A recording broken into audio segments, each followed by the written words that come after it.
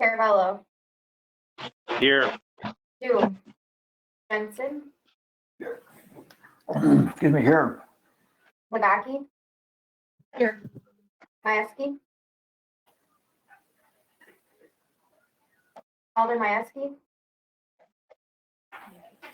Reeves. Here. Schumacher. Here. Kupowski. Here. All right, we have 11 alders present and Mieski is absent and excused for the time being. All right, thank you, Holly. Minutes and reports are in the packet. Nobody has signed up tonight for the public comment. So I'll take us right to communications. Are there any, so that's any communications from alders? I do have one, Your Honor. I do too. All right, I'll go ahead, Alderperson Boersma. Yeah, I just want to congratulate Rachel for the incredible win she had. I, as a leaving council person, I welcome her to this wonderful organization. Thank you. Thank you. And who had the second communication? I did. Oh, go ahead, President Hirsch. Thank you, Mayor. And on that note, Sid, this is actually for you to thank you for your service being on City Council for what, like 7 years now? I want to thank you also for challenging me to think differently and try to understand different points of view. I really think it's important to have many ideas on council. And I think it makes us be more inclusive and expansive with respect to our ideas and how to problem solve. I will really miss you, Sid, and your silly ties and your quirky jokes. So thank you again for your service and all that you did for us. Thank you so much. That was very nice of you, Regina. And I waved my tie to you tonight. So. It's not a white tie, but it should be a white tie because I surrender. All right, are there any other communications from council? I have one. Go ahead, Alder Mieski. I just wanted to also say something to Sid. Sid, I'm glad you're leaving because you and I are beginning to agree too much. So That scares me to no end.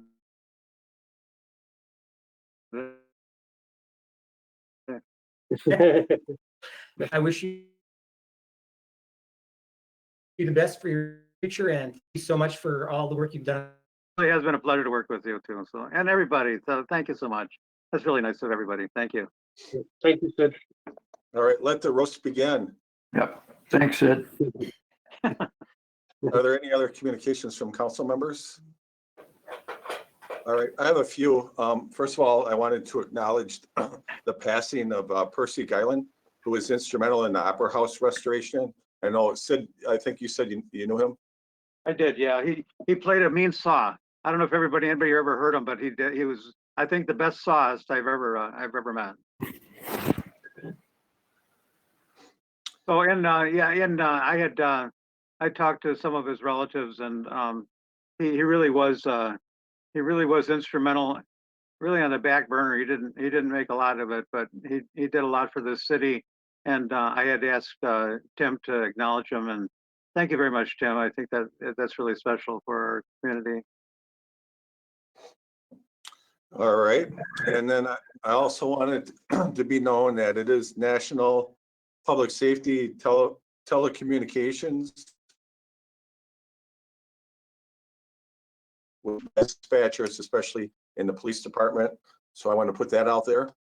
And I do have some proclamations tonight.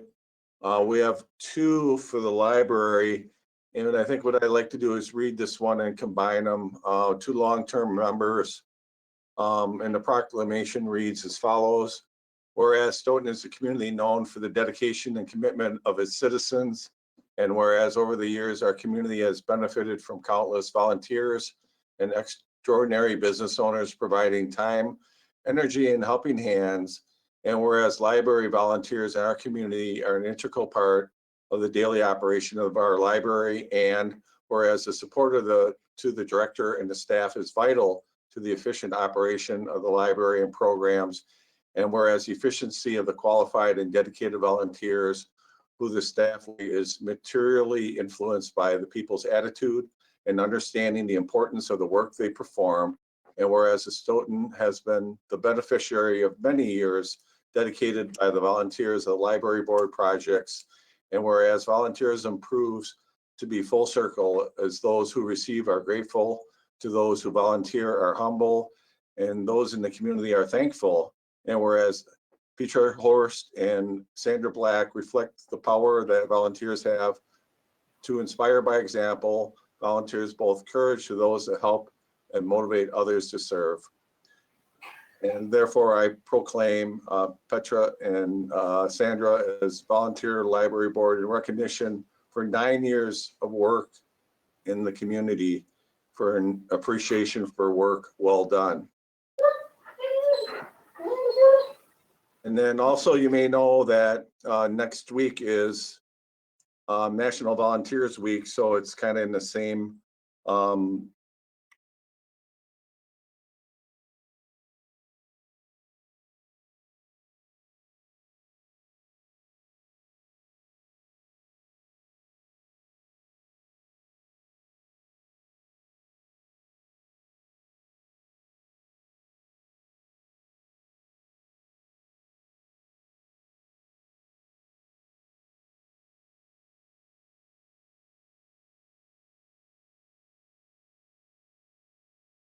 as well. So I want to thank those that were volunteers of the year for this year and those that had nominated them. So next week's a big week for volunteerism in Stoughton.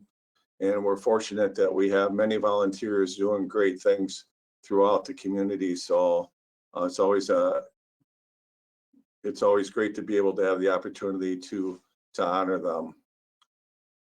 Next up, we have a presentation from True North. And is Chris on the line?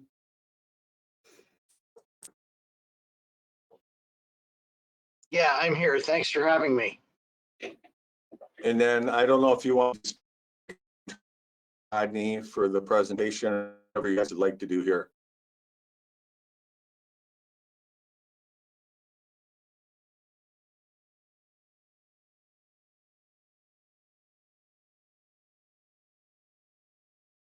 Rodney hired me to help you through and clean up, and also to help with the riverfront development process with is that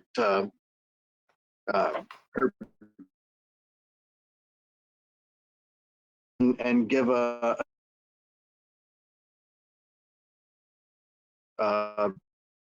information regarding the development process or the environmental concerns that are associated with the development of that entire property down along the riverfront.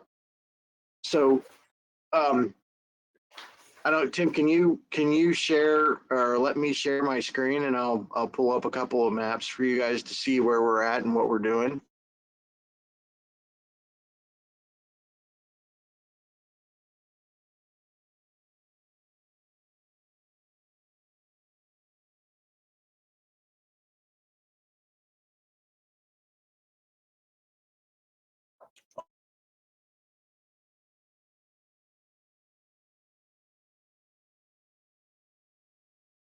Okay.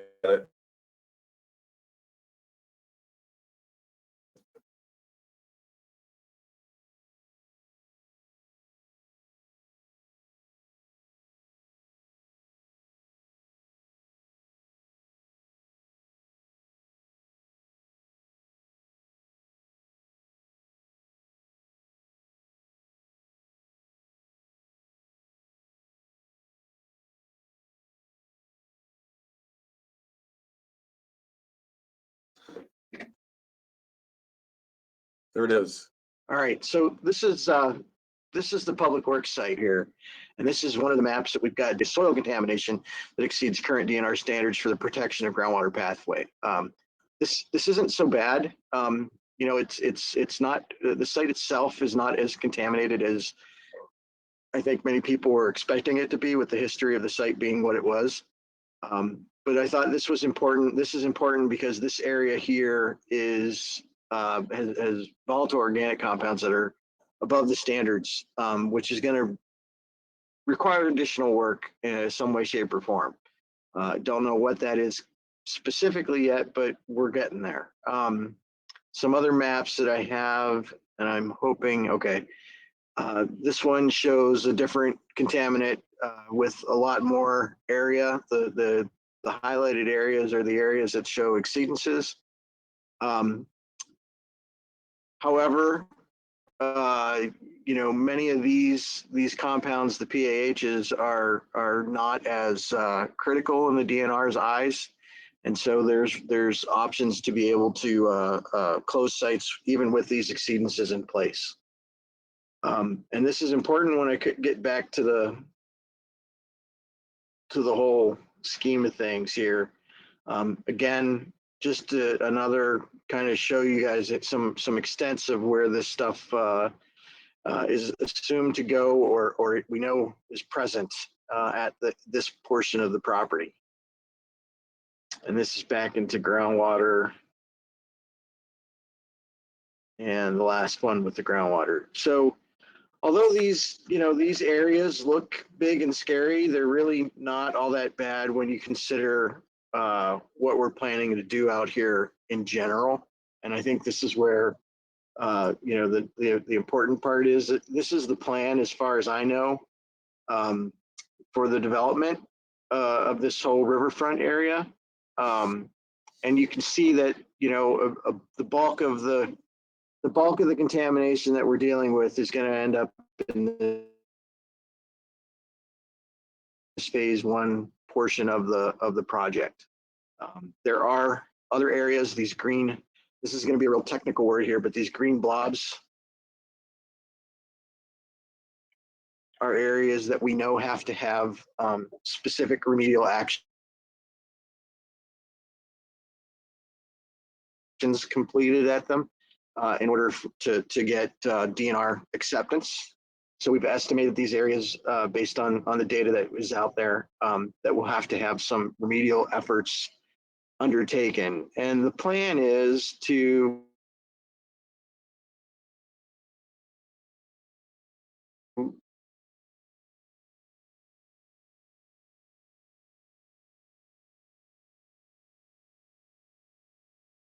kind of address these as the development progresses, so that we're not mobilizing out there multiple times to, you know,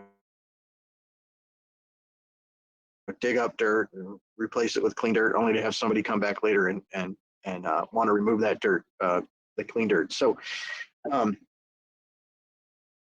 the remedial action requirement, or an area that B2 goes, that's currently being investigated, that we do not have a lot of information on, and there may be additional work that's required by the DNR up here. And then there's another site somewhere down in this area that is a closed site that had some residual contamination that will need to be managed during the development. And that's where the next kind of step is here, is that pretty much everything across the site, the top 4 feet, if you disturb it, is considered a solid waste by the DNR and would have to be managed as such. However, the DNR does allow for the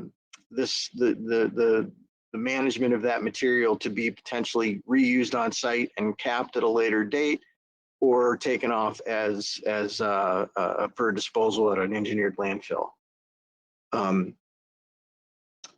What Rodney had asked me to do was to come up with some estimated numbers for everyone to kind of get an idea of where we're going in the big picture of where this development fits within the DNR remedial actions and you know, the soil management. So there's 2 components to to the development or the process for development. One has to do with actual remedial action efforts, and then the other one has to do with managing the contaminated material appropriately. Not necessarily under a remedial action, but under an order that you can't just move solid waste wherever you want. You have to make sure it's done appropriately.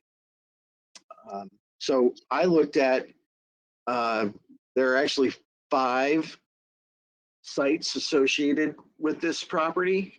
One is the public works site, which is over here. One is called Roberts Electric, which is up here in the corner.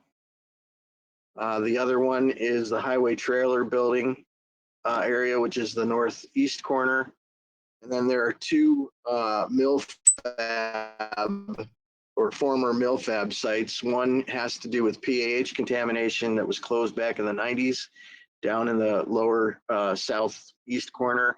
And then the other one is the mill fab, what I'm calling is the mill fab lead site, which has elevated concentrations of lead in soil in this area here.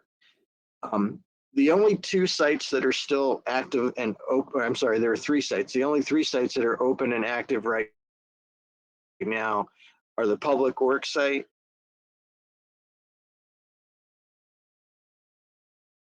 the mill fab lead site, and the highway trailer building site.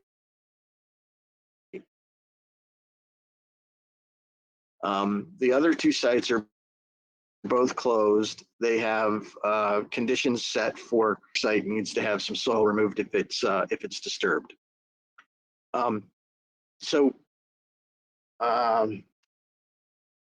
went through and looked at what we think costs and volumes of soil might be for the remedial action efforts at the really 4 sites.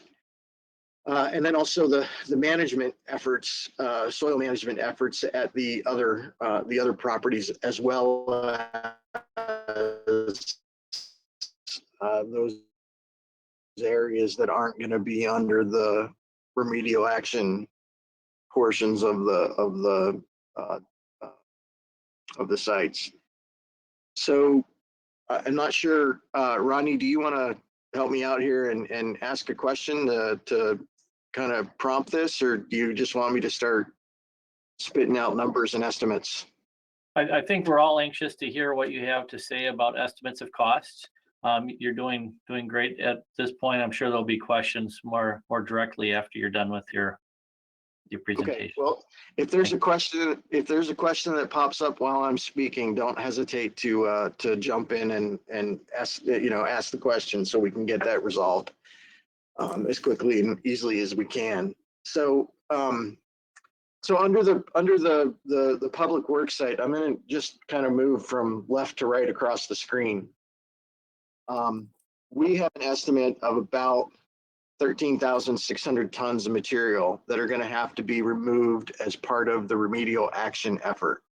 In addition to that, because of the contaminants that are present in the shallow soils there, we've estimated about 15,000 tons of material that would have to be managed in some way, shape, or form.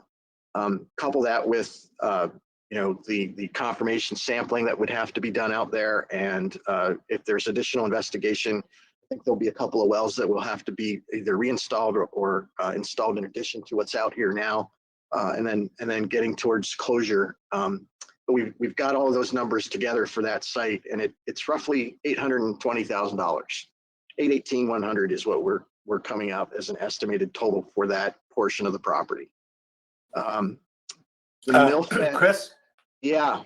this is Matt Dregna. I just want to make sure, I want to repeat back to you what my notes say and see if I've got it right. So on the public works site,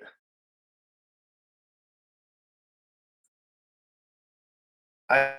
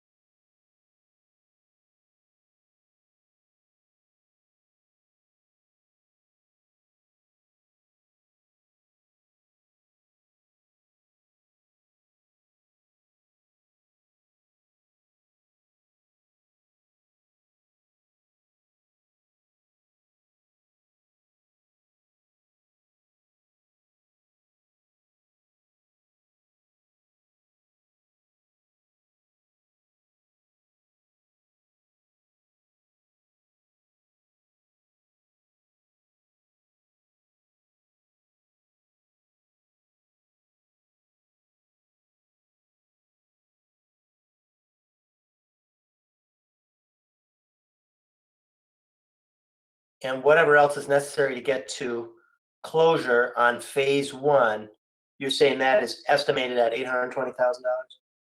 Approximately, yes. Okay. Thank you. And so moving over to the mill fab site, the lead site, which is the area, and Matt, sorry. I've broken these up based on the DNR locations and not necessarily, there's going to be some overlap. So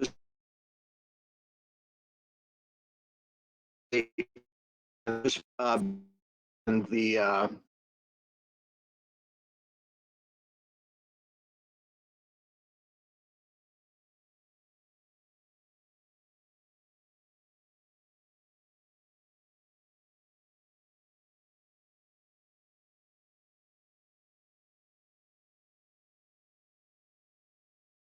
and this the way the roadmap of these three phase one. So the Millfab lead site, that looks like it's pretty close to both the storm and the street. They understand about the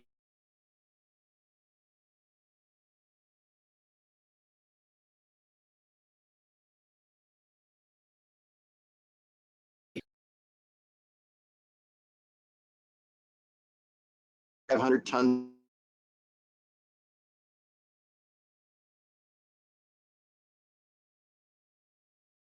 and about what would need to be either some of it taken off site or just manage it appropriately. And then there's also going to be associated with this to get it to closure. There'll be some costs associated with that, but the grand total for the Millfab lead site comes up to about $730,000. Okay, well, so is it reasonable for me to, at this point, think that both the $820,000 and $730,000 may, in fact, need to be addressed as part of phase one? Yes, I think so. Okay. And there may be part of the Millfab PAH site down here that needs to be included in that. Well, are you getting to that one next? Yeah, I mean, so again, this is hard. This is hard for me to put out here the way this is. But the site, we don't have a lot of data for it. We just know that there's something over here that we need to deal with. And it's a management issue. And again, anytime you're digging through this road to put in utilities or anything like that in, you're going to have costs of material. It's not a remedial action effort like it's here, and part of this of the public works and part of the lead site, it's managing this material. And based on the data that we do have, we've estimated another roughly 18,000 tons that are associated with this entire process over here. Whether or not that's accurate or not, Rodney, I mean, Matt, I don't know. The maps that I've gotten from Kurt show that they're not planning on doing a lot of major earthwork out here. As far as I can tell, the elevations are going to stay relatively static, with the exception of this stormwater pond area, which I think is going to be built up and excavated a little bit. But I think all in all, everything that I've been hearing from Kurt is that this is a net zero site that doesn't gonna have. They're bring in import or take off. It's going to balance itself out. So going to be taking out material for remedial actions. So maybe there's a place that we can move the dirt and leave in place and not have to take off site. So those costs then would be significantly less. For instance, 1,000 tons of material that we have to manage.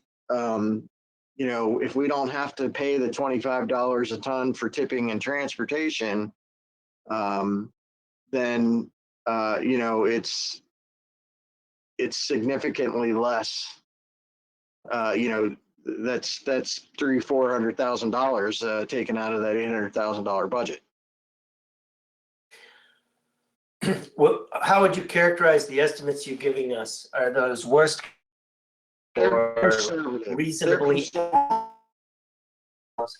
They're conservative. I don't like to leave short. Let's put it that way. But we estimated it based on the information that we have, some guesses as far as depths of excavation that are going to be required for different parts of the project. So when you say conservative, you mean you were erring on the side of assuming that it's going to be more expensive rather than less expensive? My costs are erring on the side of it being this is more expensive, and the actual cost should be less expensive. Okay. Are you in a position to give us any sense for how conservative these numbers are? In other words, can you give us any more sense of what you think, without us holding you to it? Do you have a sense of what it might be likely to cost as opposed to these conservative estimates? We're talking maybe 15 or 20%. It's not significant.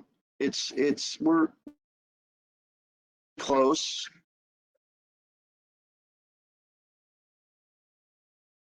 Yeah, I have a quick question.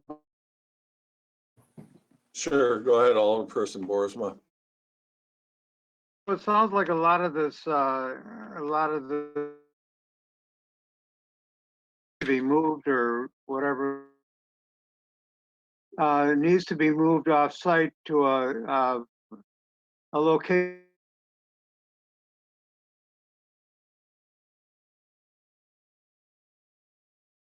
It has to do with how far the location is, I would assume, because it just increases the cost of shipping by dump trucks. Are there any provisions that would allow us to use our land in Stoughton, one that we own, to sort of pile up that stuff? We have a waste. We have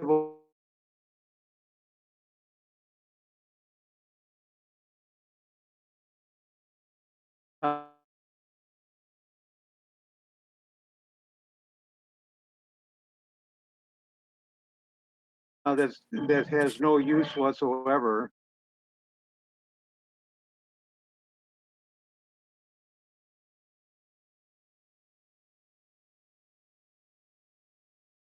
Already, basically, near the this golf park. Site, is that what you're referencing? That's a site that's already a super fun site. To minimize cost. And that could be an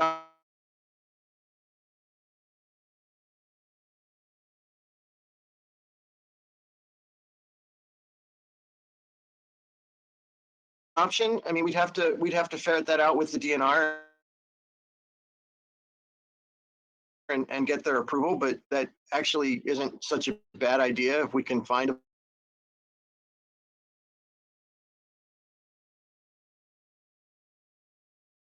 place to take it and place it, and then cover and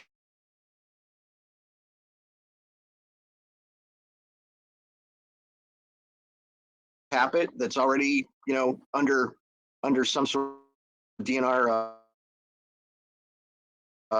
requirement, then that might be it. But we're talking a lot of soil here. It's in a big, general.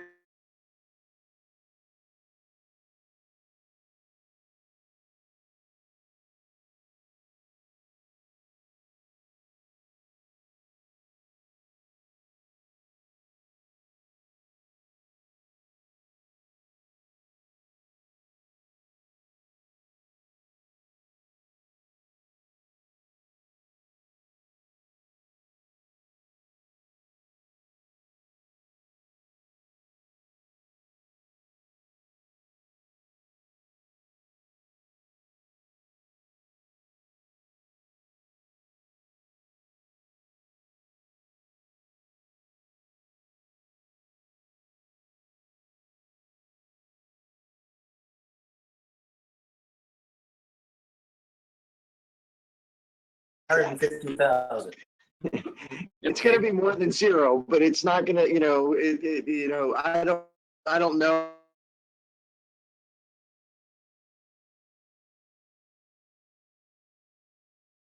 I did investigation work up there or has done it and just don't have a report yet. I'm not sure where that sits. But I don't have anything to base any kind of true, number on. I did some, basic extrapolation of, okay, if we find the same type of material that we find across the site, then it's probably going to be this. And, if we have a small, an excavation then to do that is pretty big, then it might be this. But, it's a total guess at this point. For the MilFab lead area, you mentioned 18,000 tons. What was your conservative estimate of cost for that area? The MilFab lead area was, I'm sorry, PAH area.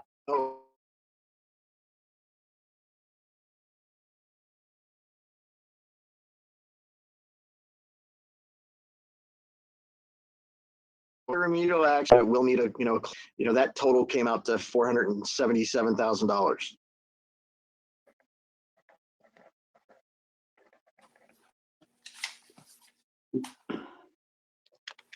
And the Roberts Electric site, again, there's some.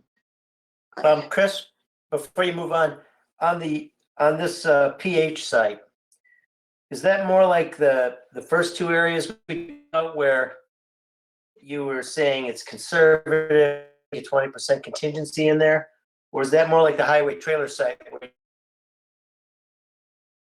Highway trailer sites than it is to the other two sites. So the 477 is a shot in the dark number.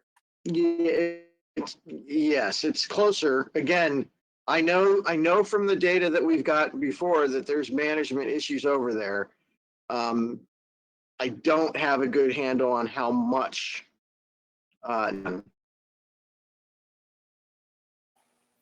Excuse me, Mr. Mayor. Go ahead, Alderperson Hunt. I'm getting a little confused. I thought the 477,000 was for the PAH site. And I am not certain, have we heard a number for the Roberts Electric site? And then kind of a quick addition to that, what determines the difference between dirt that needs to be hauled away and dirt that can be managed on site? And what's the process that the dirt is subjected to if it's kept on site? So I'll start with Roberts Electric. I have a number of here about $33,000, $34,000. There's a little bit of soil that needs to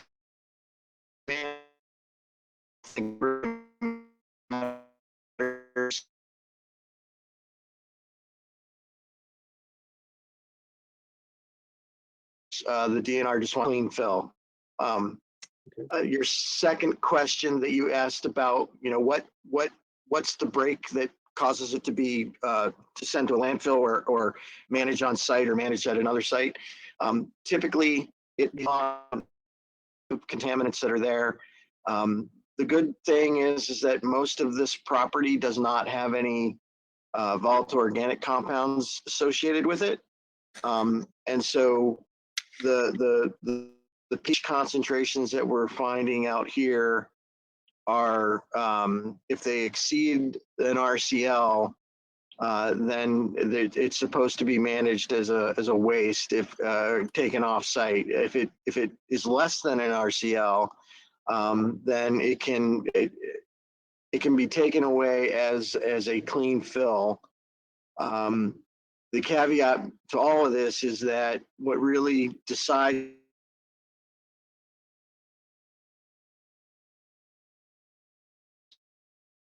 is whether or not the DNR will agree to allow certain portions of the property, the soil, to go off as to be reused on site. And when we reuse it on site, it will be subject to some sort of continuing obligation. Most likely and most commonly, it's placed in a position where there's a cap that has to be maintained over the top of it. Okay. All So right. I'm sorry, Mr. Mayor, the $477,000 amount for the PAH site, that's a fairly solid number? It's less solid than the other three sites, but more solid than the highway trailer site. Okay.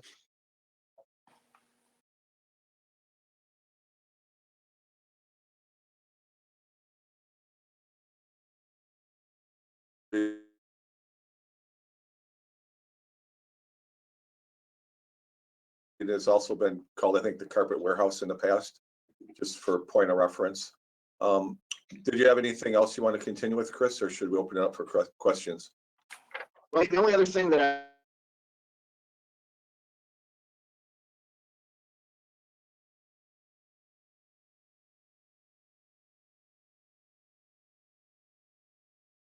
I've got in here is, the grand totals across the board they come out to just over $3 million.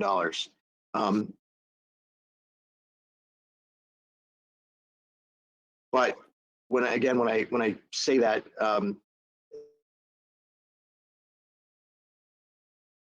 there's a possibility that they could get $1.5 million worth of grant money. That's probably unlikely they're going to get a total of 1.5 million, but it's more realistic that they could get $1 million worth of grant money. How's that sound? Good. All right. Any questions from alders? I know I'm probably going to get at least one from President Hirsch and Alderperson Schumacher. Who wants to go first? Actually, at this time, surprise, surprise, I don't have any questions. Never cease to amaze me. I know. I didn't necessarily have any that were regarding the contaminants found. I mean, I figured these were going to be pretty typical for site usage. Of course, some of the concentrations are a little bit surprising, and hope we don't find things worse than that outside of the drilling areas.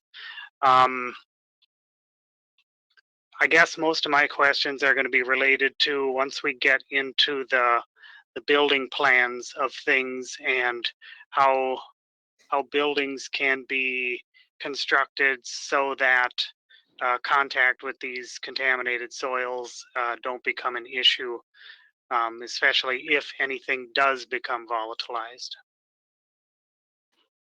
That's about all I've got on that. So at least on this report, not so many questions, but more so in the what do we do about it. Okay, well, I want to just ask a follow-up about that, because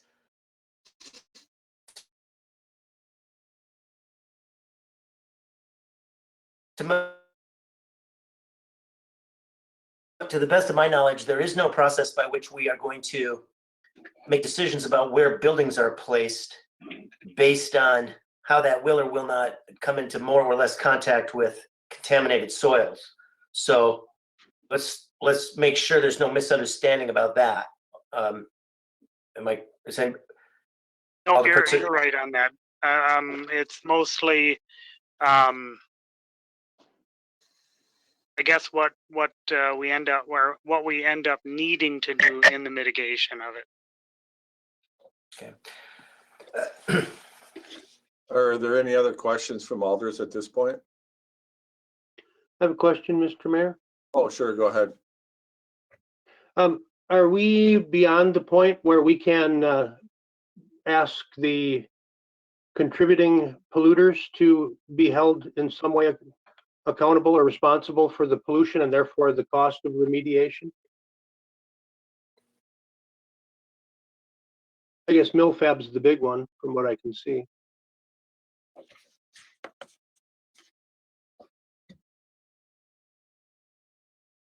Chris, do you have an answer to that? I do not. Well, I was under the impression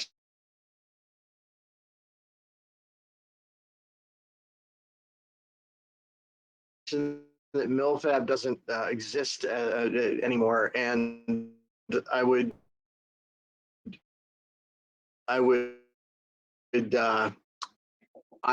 venture to say that if I were Millfab, I would argue that they were not the contributor to the problems out here. You know, the problems that are across this property seem to be related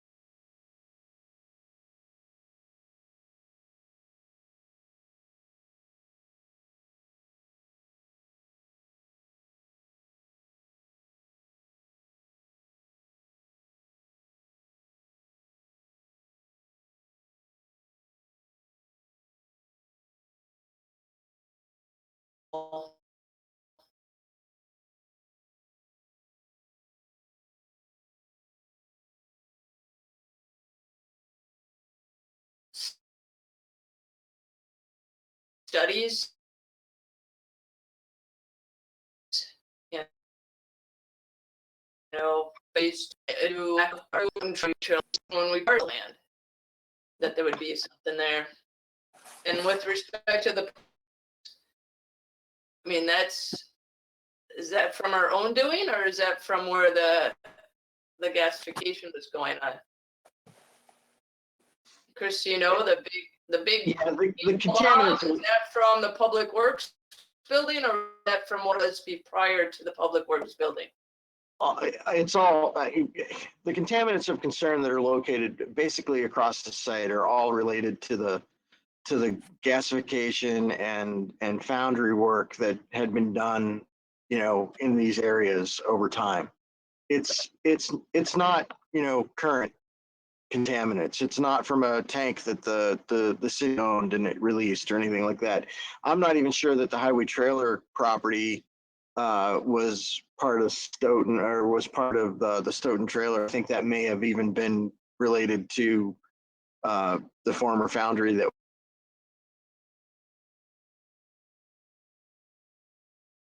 you know, other involved in cleaning this up it's a pretty low probability of having that successfully be completed. Mr. Mayor, could I talk? Go ahead, Alderperson Boersma. Yeah, so I really would like my idea about exploration of that already super fund to be used to our benefit. A number of years ago, I had asked the question, you know, what can we do with that property? And basically I was told nothing because it's a Superfund site. So I just wanted to make sure that everybody heard my suggestion that we really pursue and look at that. No, I think it's a good idea. There's a pretty substantial amount of material that falls into that quote unquote managed thing. To use that site by the DNR and basically the out there and then recap the thing that might save some money. There's and just hauling, you're gonna place it and grade it and then put fill over top of it to put a new cap in and seed it and maintain it. But it's something that we can look into.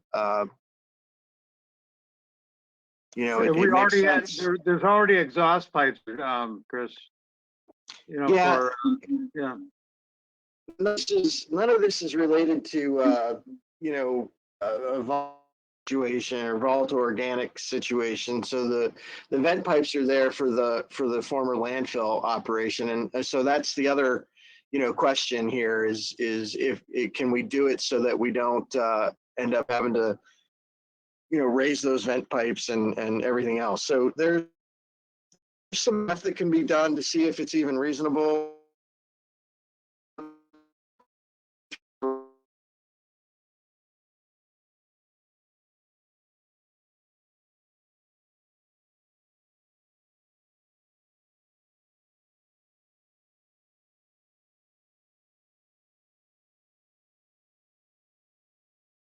I have a question that I think is somewhat related to what we're just discussing, but it also brings another dimension into the discussion.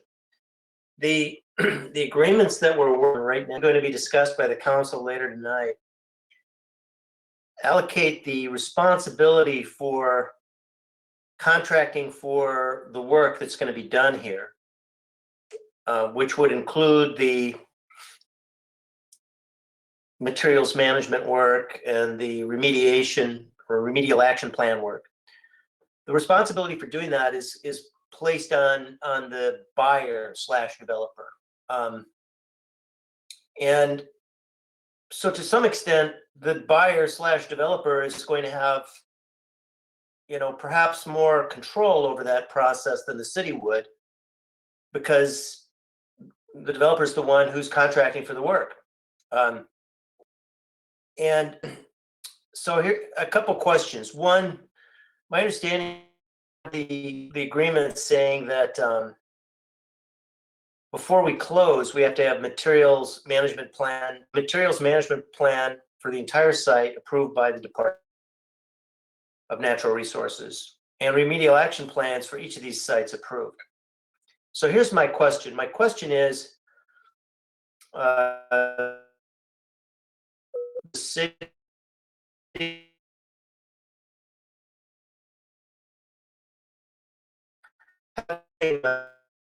process with this work.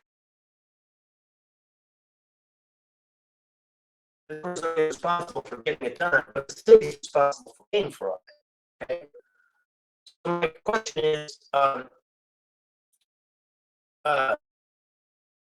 what degree should we think cost saving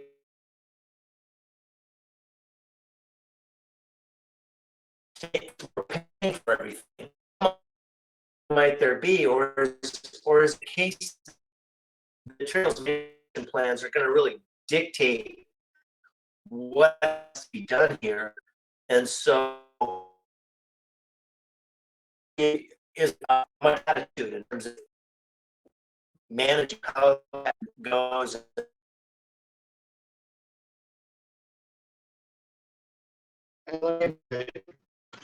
If that works. So the action plans are going to define the extent excavation that need to be quote unquote are going to be associated with their development and areas associated with the road and their mail over in order to remediate, like, right? That's restricted, if you will. Meaning well-defined, it's good. Yeah. It is going to be know,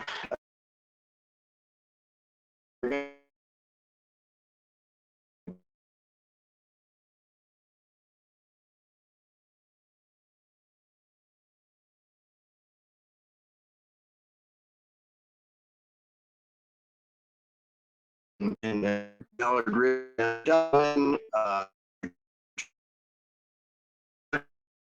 Sun Prairie, even asked to sometimes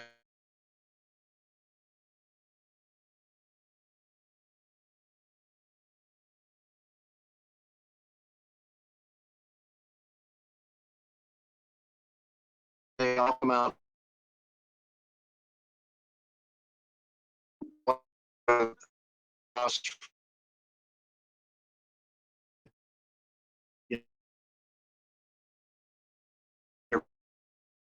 costs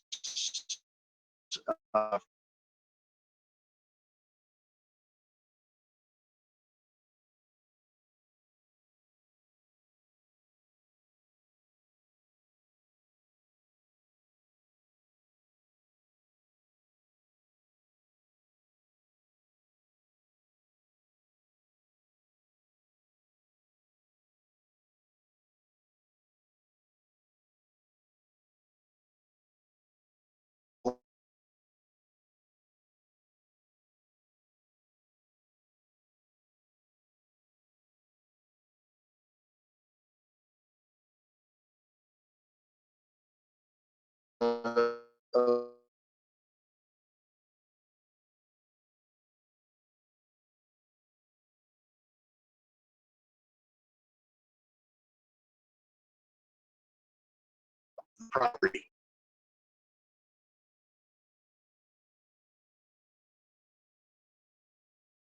More okay.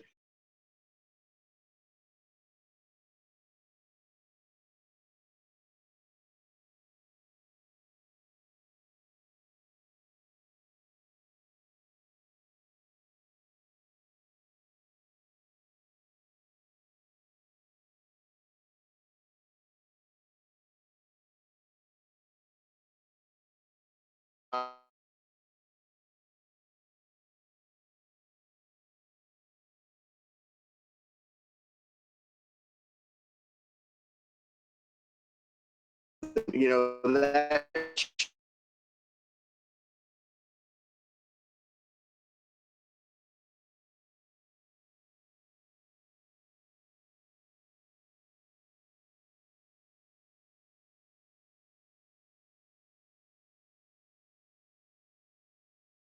but it would make sense to work with the developer to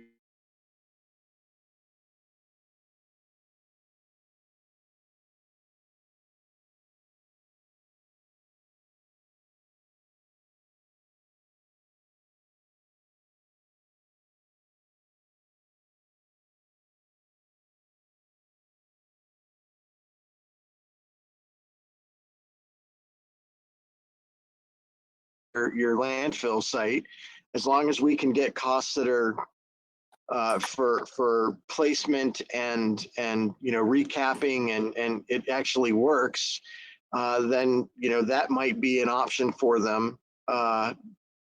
Whether or not they would pay for the you know other than just driving it up to the site and dumping it, I think that is as far as the developer would take it. Then it would be on the city to work the you know work the soils into the proper place and have it capped and so on and so forth. Well, let me ask you this question. Once we have an approved materials management plan and we have approved site remediation plans, when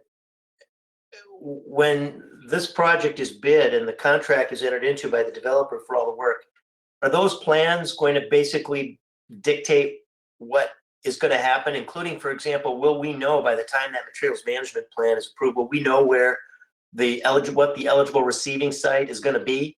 Or is that something that would that be something that would be determined later, where we would be concerned about making sure that, if there's a cost saving opportunity, it's taken advantage of? Again, do you get what I'm asking? Yeah, so material management plan can be modified at any point. Once you have approval, it can still be modified. You just need to go through the process of getting approvals for whatever your modification is.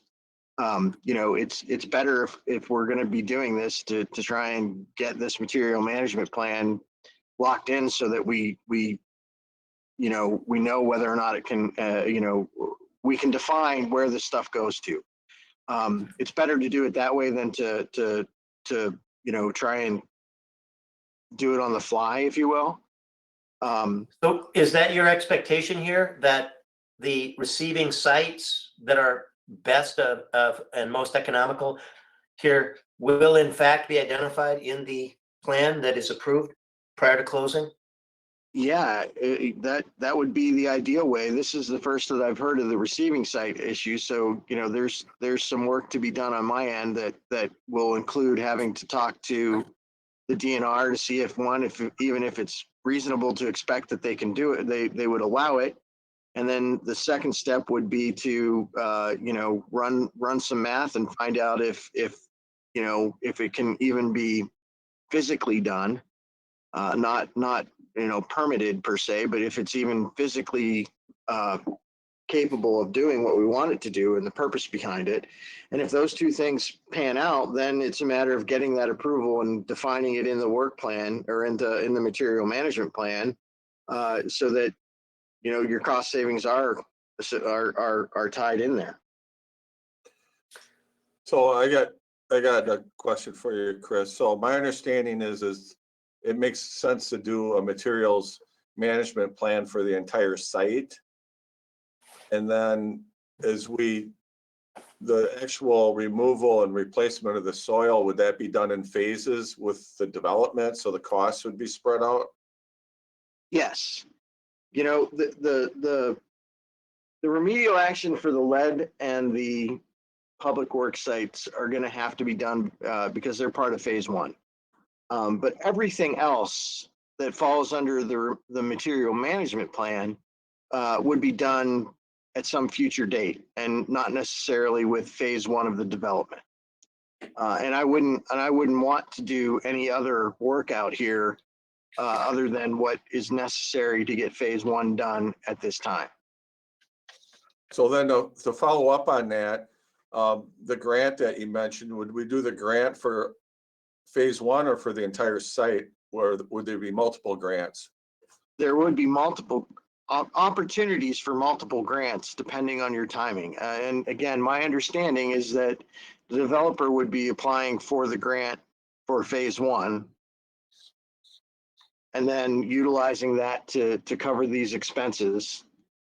And then as you get to phase two, because I don't know what the timeline is for phase two and phase three or phase four or whatever it might be, but we've been involved in projects where after a few years or a year and a half or so, you can do you do the second phase of the development. You reapply for grant to help with those continued obligations, but then you've already got your material management plan done, and it's just a matter of asking for more money from the WEDC. And then before I ask my final question, I'll just say to Sid that if your idea works, we're going to let you rename that area over there. So start thinking about that. So it sounds like part of wearing off this sticker shock would be is to spread this cost out in multiple phases. What is the timing as far as trying to get a material maintenance plan completed? Well, that depends on whether or not we're going to try and use the former landfill as a receiving site for some of this material. I know we're working on a material management plan right now that would encompass basically the entire property, with the idea being that we're going to try and use some of the material on site, and then we're probably going to have to take some of it off site for disposal. That's different than the remedial action plans, which we're also working on, that are going to require the stuff go to a landfill. Chris, can you speak to the timeline for those two if we weren't exploring the transportation to the city landfill site? What is the timeline for submittal to the DNR for the remedial action plan and the two plans to the DNR? I'm hoping by the end of this month or early May. And what do you anticipate for a review time for the DNR for those, the review of those? Jeff is going to want to do these, he's going to be pretty good about reviewing them. I would say, you're looking at probably 30 days, maybe 60 days tops. Okay, so this is Matt. So that gets us to approval or being done by like the end of July, Chris? Is that fair? Yeah, and end of June or July, yeah. Okay, now what if we said we want you to add to the process an evaluation of whether that city site would be an eligible receiving site? Two questions about that. One, how would that affect the timeline? And two, how would that affect the cost of your work getting through the process? Timeline, I'm guessing you're probably gonna add a month to that timeline. Because I'm not sure if we would need, I'm pretty sure that we would need to get approvals from the DNR first before we sent them the material management plan. So, that's gonna be our first hurdle. Once we have the idea floated past them and get their approval, and then we can incorporate it into the material management plan. But, we're gonna have to come up with grading plans for that site and all that stuff before they would approve it. So, yeah, maybe even 2 months. It could take a bit of time to work through that. Would there be an opportunity to make that part of an amendment later? Which phase was that soil in? I'm sorry, I don't quite understand that. The part that we're talking about taking to our local landfill, what phase of this development is that soil in? Well, it's under all phases of the development. There's. I guess what I'm suggesting is we do our material maintenance plan. We start working on phase 1 while we're waiting for the DNR to see whether or not that would be acceptable, and then we could amend that later if it is. You're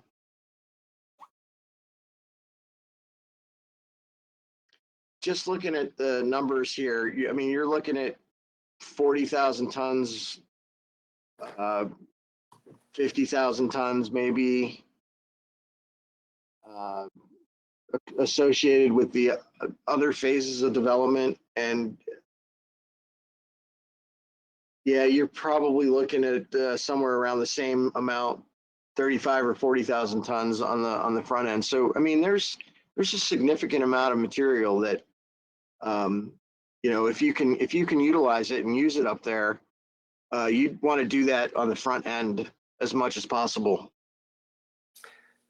So Chris, it sounds to me like you're saying that the benefit in terms of cost savings of being able to deliver that soil to a local receiving site is substantial and worth pursuing and investigating, even given the expense associated with that. And I guess my question is, we're hoping to satisfy all the contingencies here by the end of the summer, like August 31.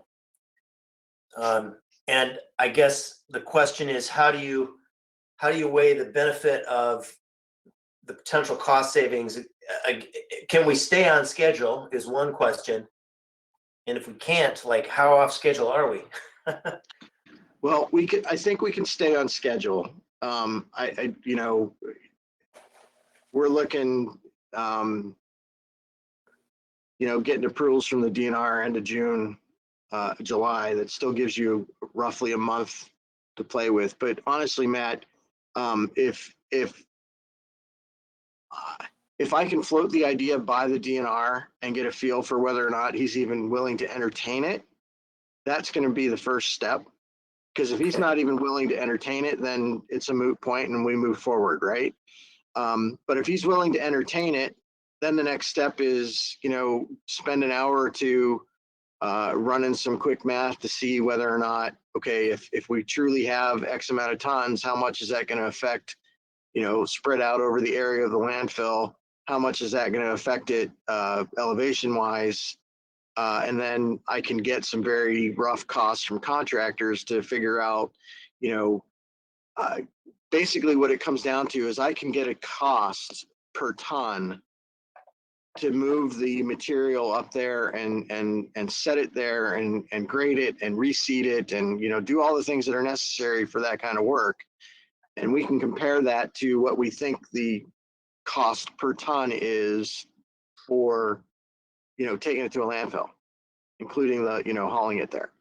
And so if those two numbers are significantly different, then, you know, and he agrees that it's you know, it's something that they would entertain, then we move forward and you know, get the stuff together for the verbal the formal approval from the DNR and incorporate it into the material management plan. Again, keep in mind, as we're doing this, the more we involve the DNR in that process, he's going to be more aware of, you know, everything that's going on. And so the review time at the end of the day should be shortened.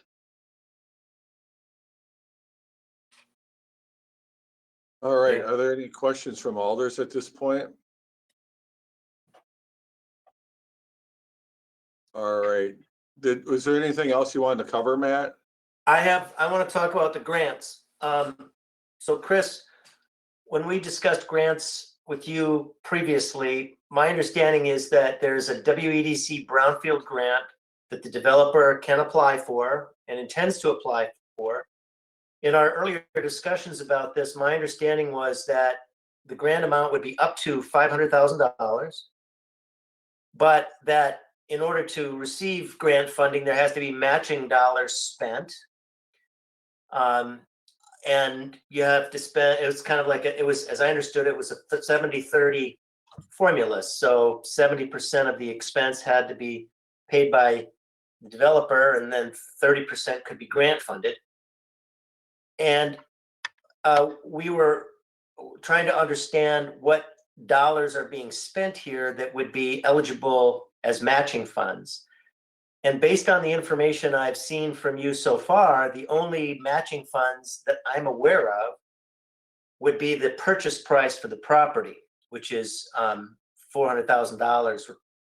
So am I correct that the only matching funds that you're aware of are the $400,000 in purchase price, or am I not correct about that?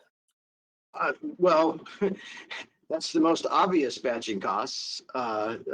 So there are a lot of things that can be used as matching costs for the grant. Things that include, you know, the physical excavation of the material. You know, the guy out there on the backhoe, you know, whatever their break it down into tonnage cost is. If there's dewatering that's going to happen out here in order to put any of the structures in, that could be considered a matching cost. Well, let me reframe this. I think if the city is paying for all of the environmental remediation related work here, is the money the city is going to be paying for that work, is that eligible as a matching cost?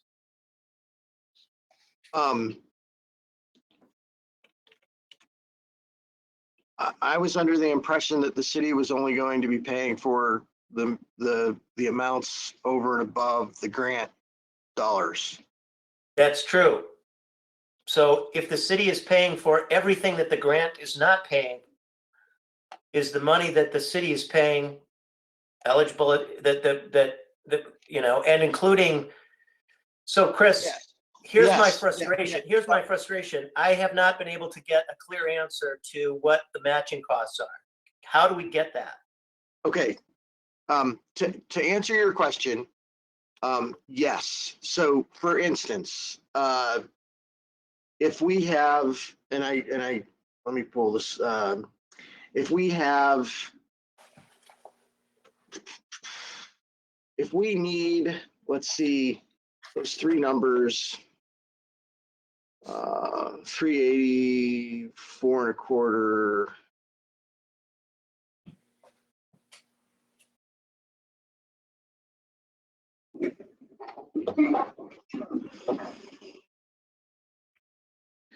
Let me do some math quick, and I'll just hold on.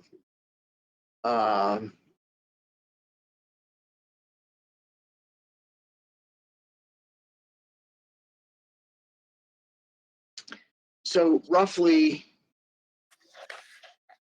speaking, for disposal of the contaminated materials and managing the contaminated materials, assuming that it all goes to a landfill, but for the remedial action and the management of the materials on the public works and the mill fed site, it totals about $1.8 million.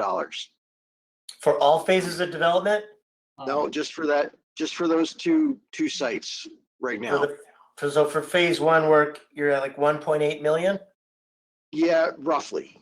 Okay, And if, in order to get a $500,000 grant, you need, what is it, $1.3 million.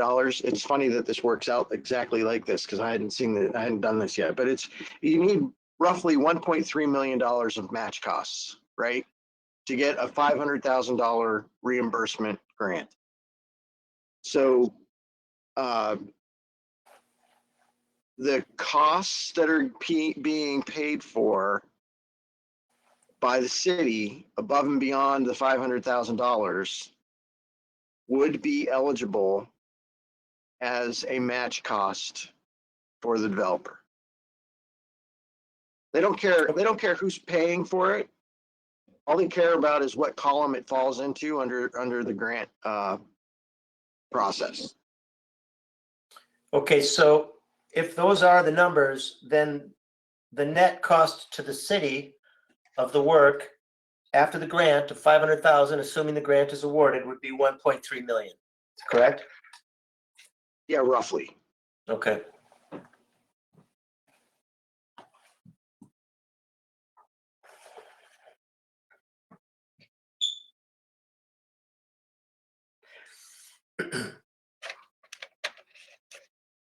Did you have anything else, Matt?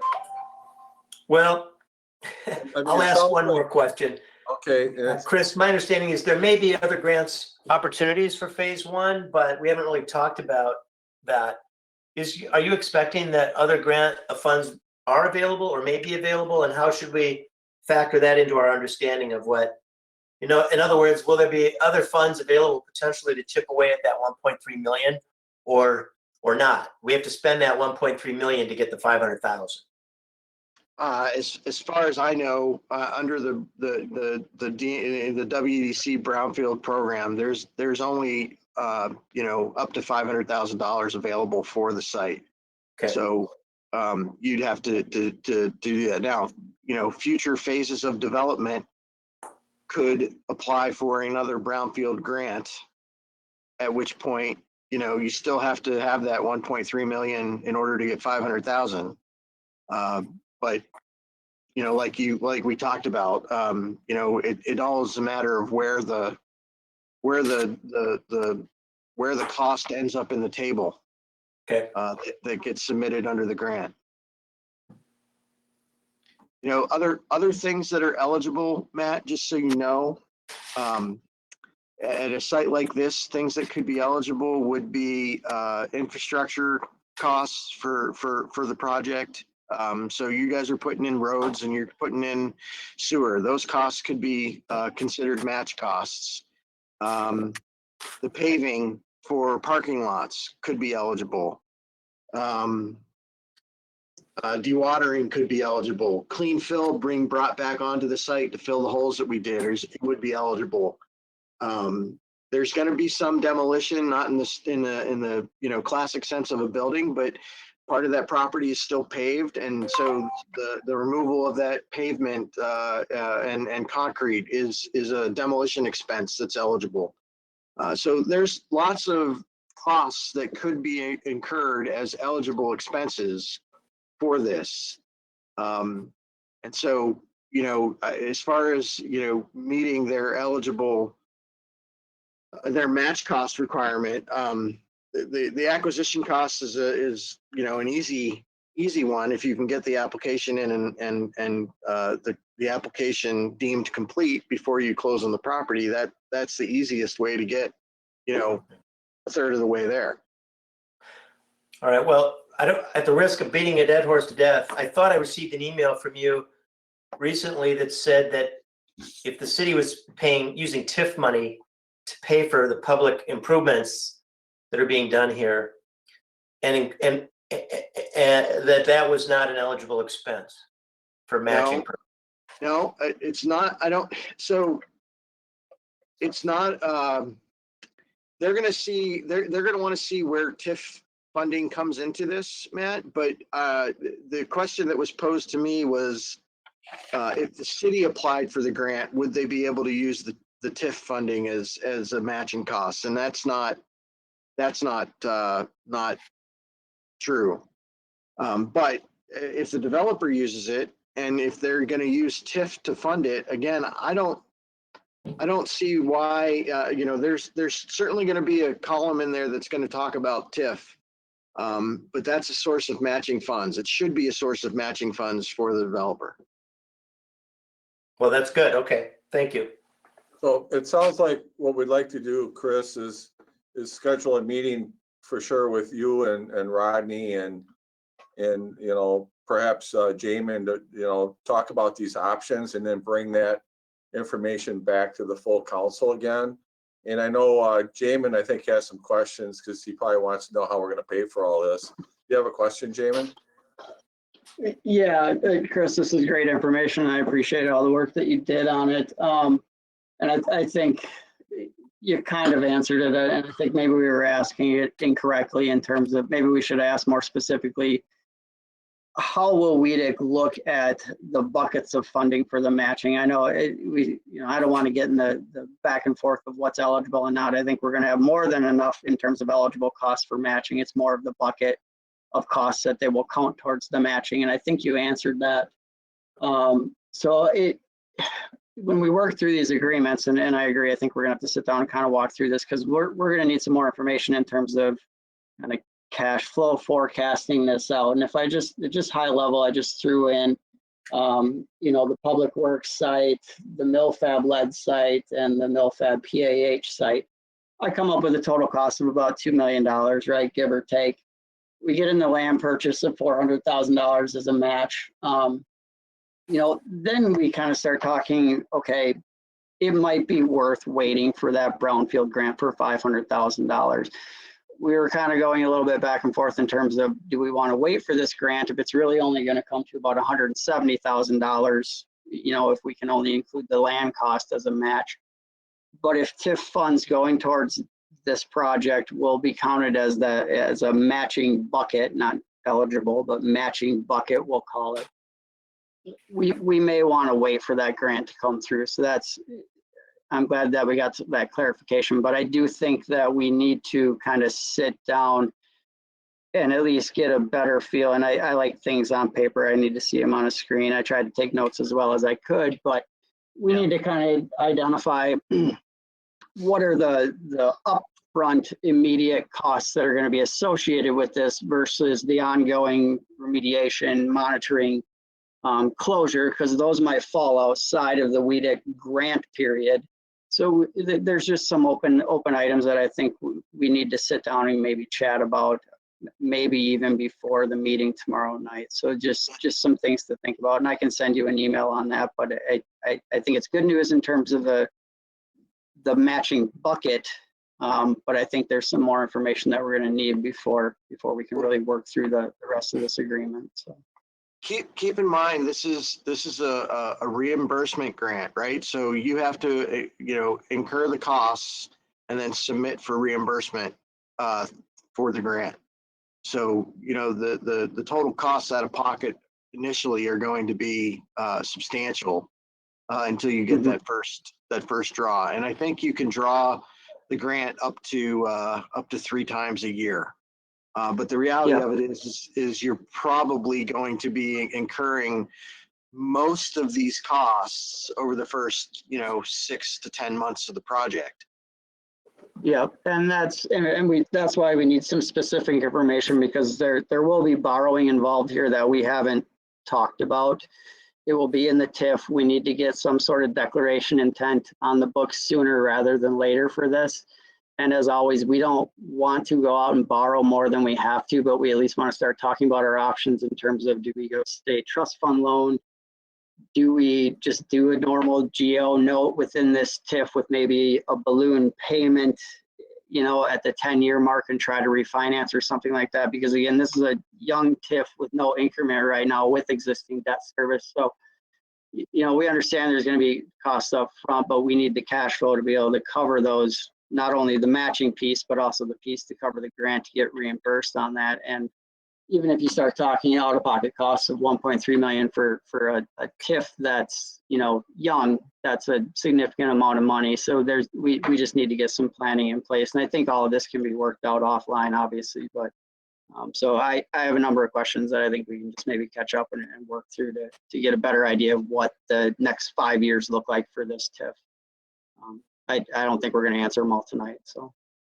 Okay, thank you. Any questions from the council members? And then Rodney, did you have any last thoughts? No, the timeline was the big one at the end here, and also the grant discussion that Matt brought up. So those are the 2 closing comments I was hoping to zero in on, and that came to closure. All right, well, hopefully we can connect with Chris offline here. I know he's busy, and we really appreciate the work and effort you put into this. Really, you did a lot of work in a short period of time, Chris, and we appreciate you being here tonight to present this. Well, thanks, Tim. But I'll follow up with Rodney tomorrow, and we'll figure out a time to sit down. In the interim, I'm also going to float that idea of using the landfill as a receiving site past the DNR guy as well. All right, thanks again. Have a good night. All right, thank you, guys. Thank you, Chris. All righty, that takes us to the consent agenda, and we have a couple items on there. We have the minutes from the last meeting, as well as some utility stuff. So I'd entertain a motion to approve the consent agenda. So moved. And is there a second? There's a second. Any discussion? Hearing none, all in favor say aye. Aye. And any opposed? Aye. That motion carries. Holly, you want to send the screen back to me? And that takes us to ordinance 9 of 2021. And this one here is a second reading from the Plan Commission. Alderperson Caravello. Yes, this is ordinance 9 of 2021, amending chapter 78 zoning code as follows. Amend section 78-611, repeal and remove table 78-611, and repeal and recreate appendix B of the Stoughton Municipal Code, and I so move. And is there a second? I'll second.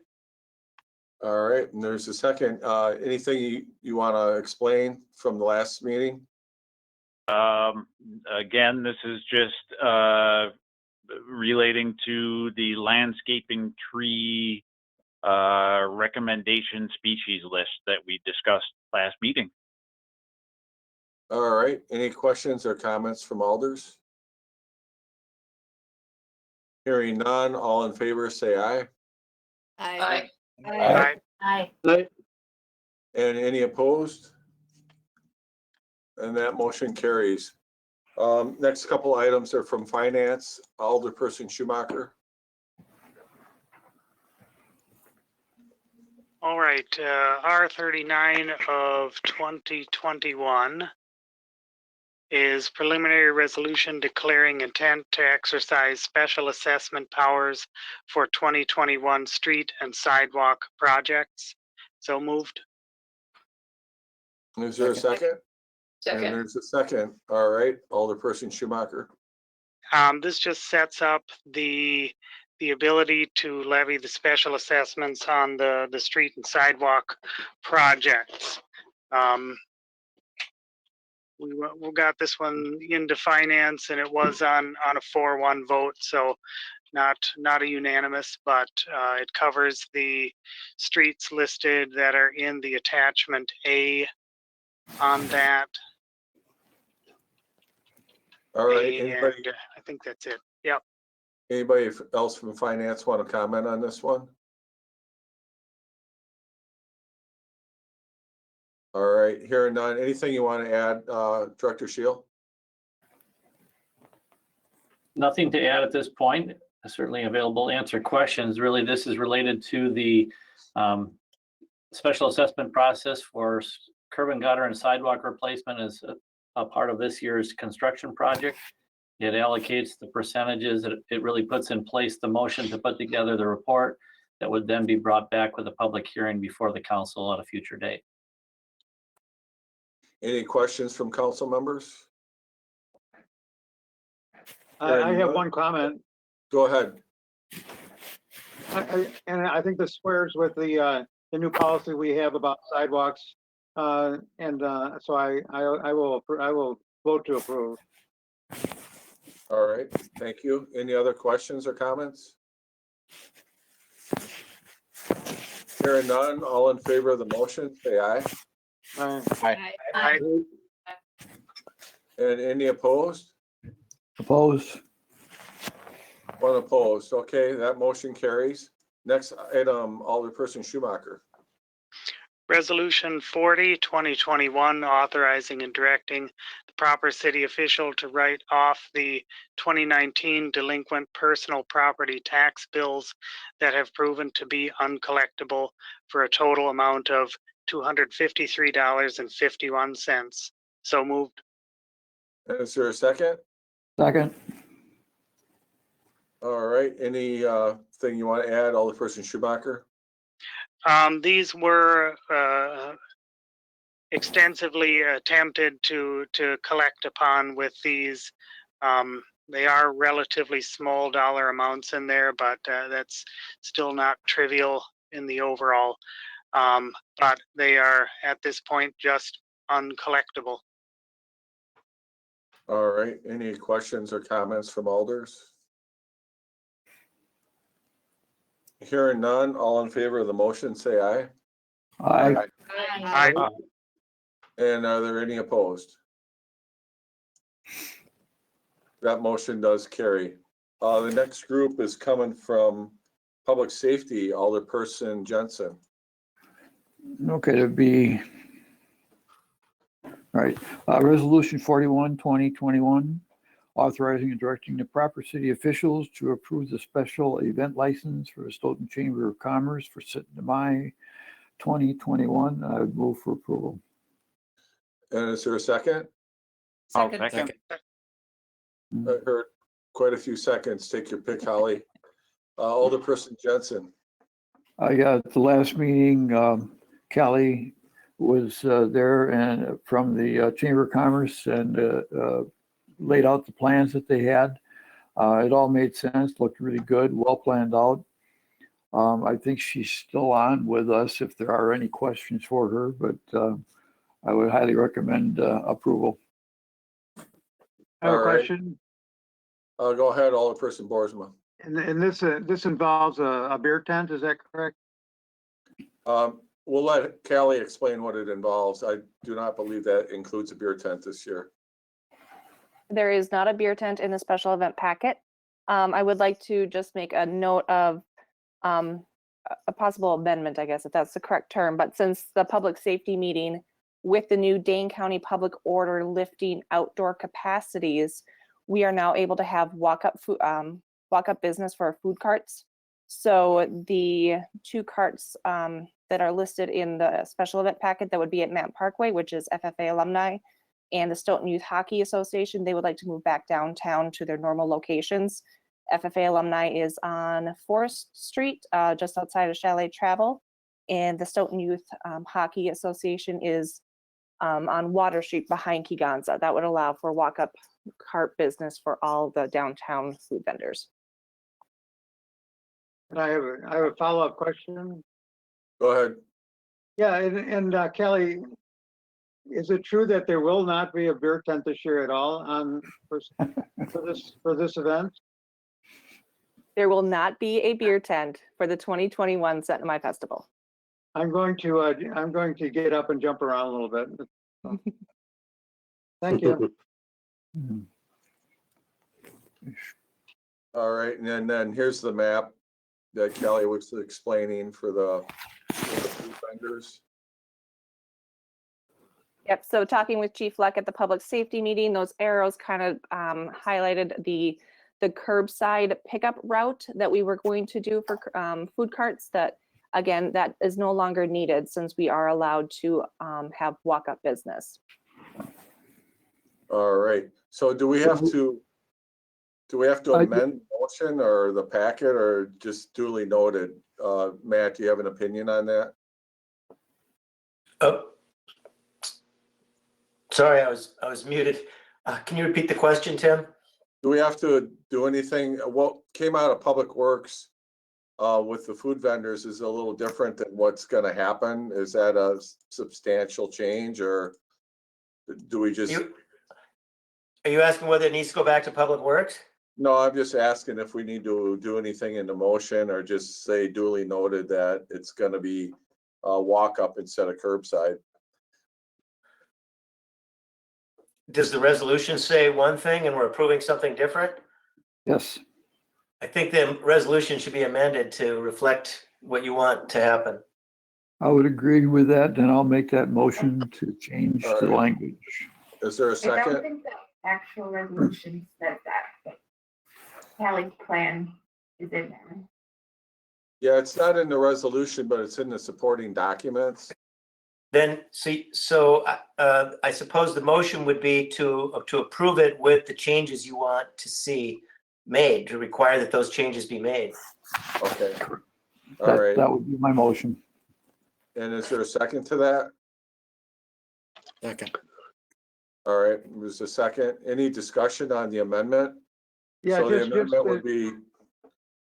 Sorry. just to see what is. I just want to know what the changes are specifically. Specifically, originally they were going to require people to basically call in ahead of time and pick up items curbside, kind of like you do at restaurants right now. And with the Dane County lifting the orders, people will be able to just go right to the area to order and get their food. Is that right, Kelly? That is all correct.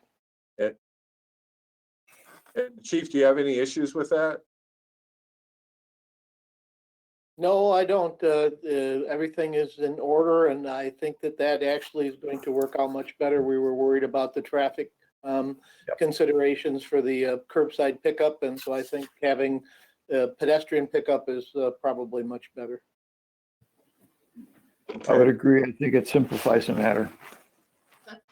Yeah, we appreciate you making, contingency plans, Callie, just in case. So I think this is working out well. I have a question for the people online, like say for, the cheese curds and the other delicious things that tend to get backed up. Are we going to have them spaced out 6 feet apart? Or are there going to be markings on the sidewalk to make sure that everybody's not congregating and spreading disease?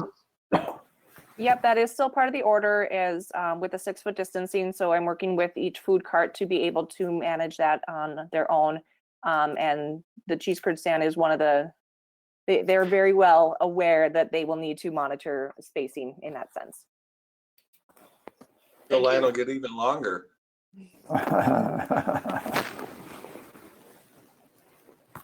Did you have a follow-up, Regina?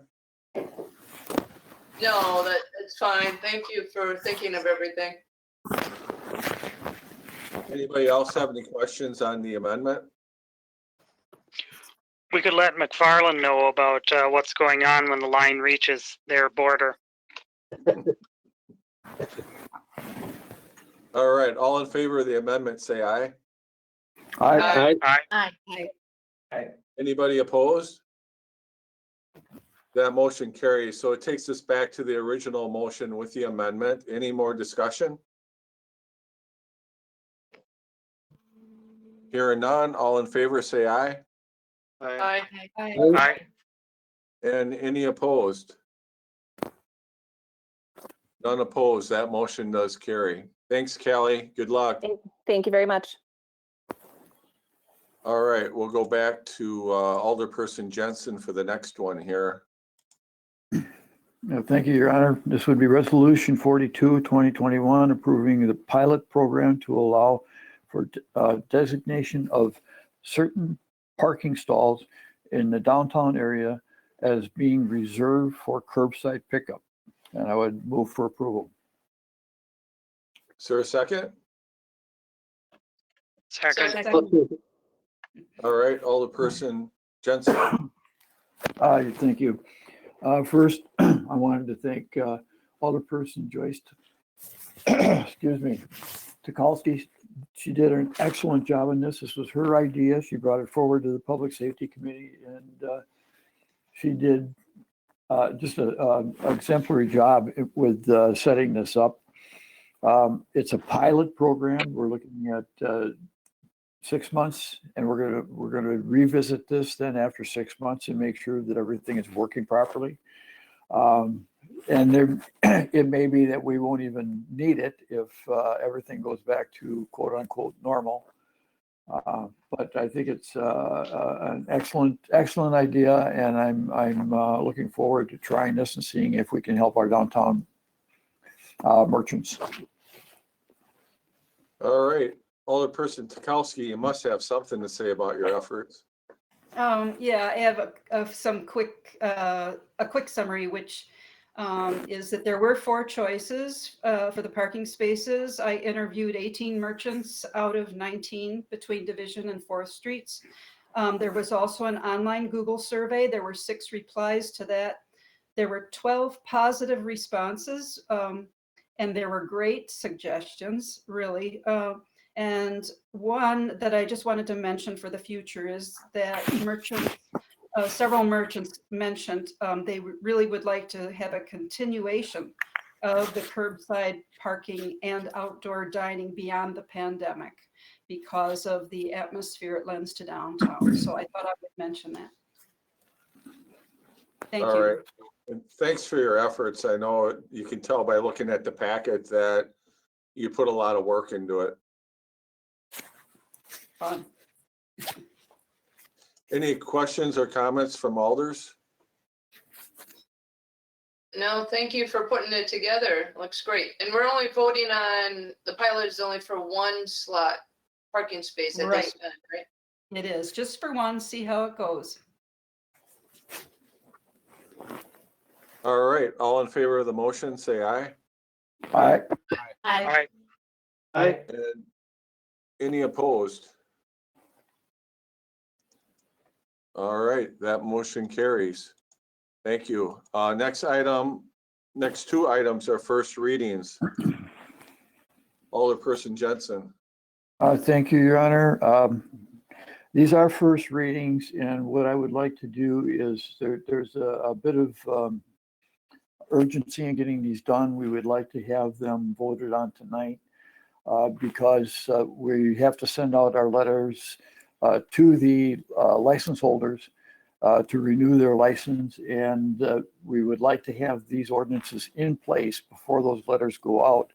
So that being said, I would like to make a motion to waive the rules on the next 2 items and skip the first reading and go directly to a second reading.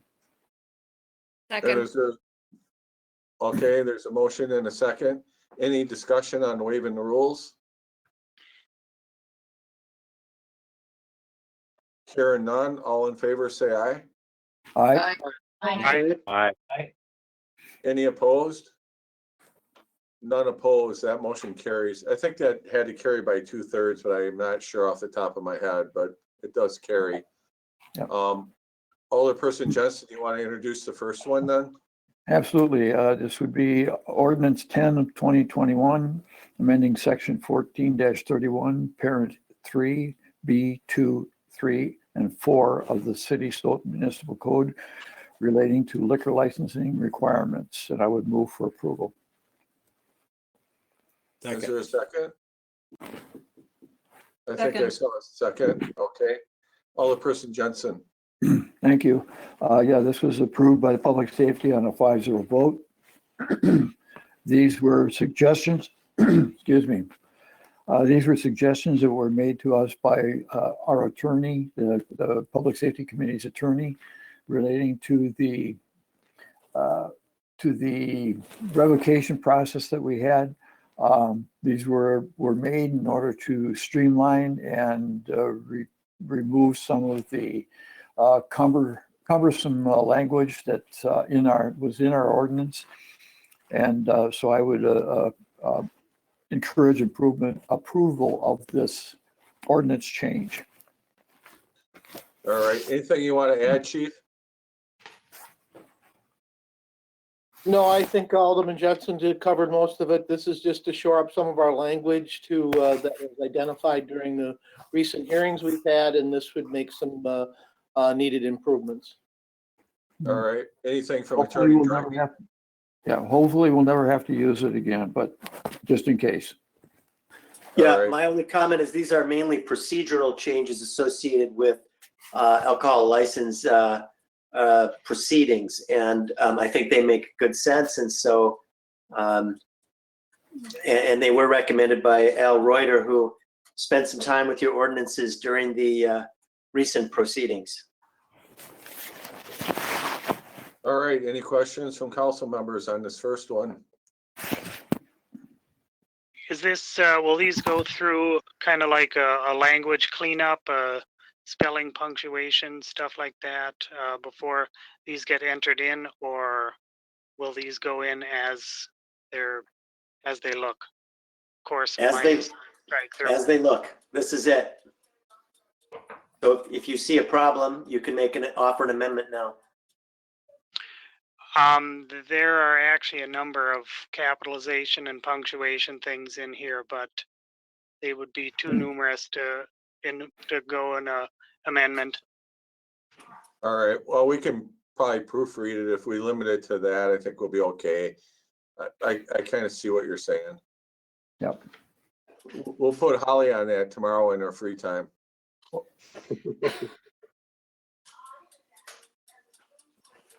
No comment from Holly. Okay. Anything else? Hearing none, all in favor with punctuation corrected, say aye. Aye. Aye. Any opposed? That motion carries. All right, next one is, which one am I on here anyway? Item 12. Oh, Thank you. 12.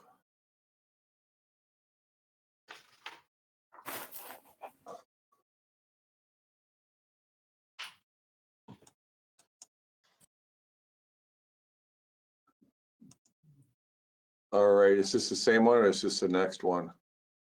This is the next one. Okay, Next one. Alderperson Jensen, go ahead. Thank you. It'd be ordinance 11 of 2021, amending section 14-42, parent C, and creating section 14-46 relating to liquor licensing requirements. I move for approval. Is there a second? second. All right, Alderperson Jensen. Okay, again, this was something that the committee felt we needed to do. We needed to put more teeth in our ordinance so that the chief had the ability to do their checks actually have some threat of action behind it, so that the licensees of the liquor establishments would understand that they really needed to comply with our rules. What it would do is, if they failed a compliance test where they served a minor, they would be awarded a 50-point penalty, and if they received 2 of those, they would have to report to the committee, and would be facing a revocation, or I should say a suspension of their license for a period of time. And this is something that I think is long overdue, and I'm happy to support this. All right. Anything from the chief on this one? No, the first part of this is we've modeled our ordinance after the city of Janesville ordinance. It addresses an issue that we had with compliance checks and our inability to assess any of the violation to the licensee by assessing points to then put a little, as Alderman Jensen and stated, teeth into our ordinances to gain that compliance. The second part is it shores up an area which we didn't have in our ordinance regarding public health orders and requiring staff to follow those as well. All right. Anything from Attorney Dragney on this one? I have nothing to add. All right. Anything from council members? I do, Your Honor. Go ahead. And that is, I just wonder if this is going to be getting out to the liquor license holders, in what way. I think that this would be a good thing for them to know that we've changed our policy on this one. I guess I'll leave it to Chief and Holly to figure that out. I don't know if we put it with their applications or what the most efficient way. I know we have a database, so we'll follow up on that one. Thanks for the suggestion. Thank you. More. Any other questions or comments? Hearing none, all in favor of the motion, say aye. Aye. And any opposed? That motion carries. Alderperson Jensen, you want to introduce these? Oh, I guess so.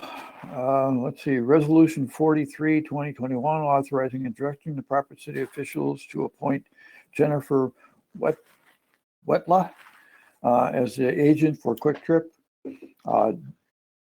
Inc., doing business as Quick Trip number 738, located at 1231 East Main Street. And I'd move for approval. Is there a second? Second. All right. And I gather these came right here because we didn't have a public safety meeting. So they just came to council first before that meeting took place. Is that correct? Tim, I believe it was determined by Attorney Dragney that we needed to bring these directly to council when there wasn't time to have a committee meeting on them first. That's why it is here before us without any designation of a vote coming from the committee. Right. And it still goes through its normal review. So I think the chief is okay with this. Yeah, yes, I am. No issues at all. All right. Any questions or comments from alders? Hearing none. All in favor, say aye. Aye. Aye. Aye. And any opposed? That motion carries. Next one, Alderperson Jensen.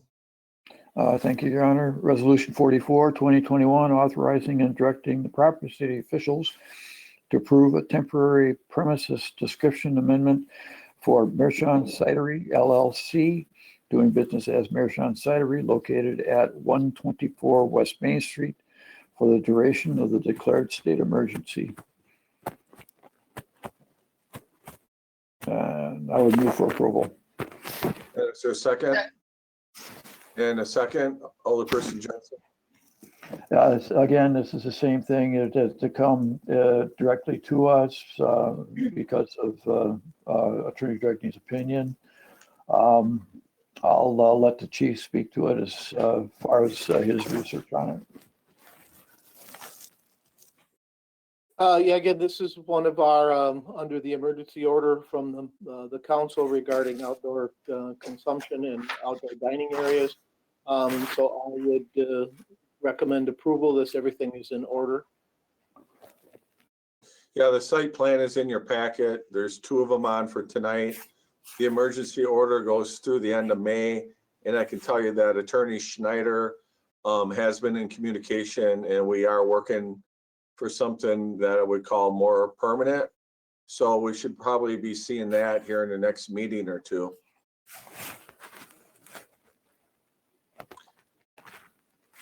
Any questions or comments on this one? Hearing none, all in favor of the motion, say aye. Aye. Aye. And any opposed? That motion carries. All right, Alderperson Jensen, here's the next one. Yep, one more. R45, 2021, authorizing and directing the proper city officials to approve a temporary premises description amendment for Brownwood LLC, doing business as Roxy's Resto Bar, located at 208 West Main Street, for the duration of the declared state of emergency. Second. All right, a motion and a second. Anything unique on this one? Let the chief speak to that. No, very similar to the last one. Everything is in order and would recommend approval. All right, any questions or comments from council members? No, just happy that that restaurant is going to be opening. It's exciting. All right, all in favor, say aye. Aye. Aye. Aye. And any opposed?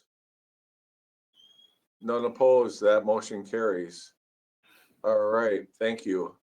That takes us to item number 16, which is a discussion only item. How would you like to start this one, Attorney Dragney? Do you want to start and open, or do we need to go to close right away? What are your thoughts? Good question. I think we can start and open, and I can review the draft documents with you, and then the council can decide if it wants to have a discussion in closed session. My All guess right. is there may well be a desire for that. And who wants a screen? I don't know if I have the most recent version in the packet here or not. Well, the version in the packet is fine. I don't want the screen because I can't control it from where I am. All right, fair enough. So I guess we'll start with, you want to start with the developers? Purchase agreement. No, start with the purchase agreement. All right, that would be this one, the one that says purchase agreement on it. Yep. All right, can you see it all right? and I just need to get it up on my own screen here so I can work through it. All right. Can you Okay. make it larger? Can you make it larger? Sure. Is that better? Yep.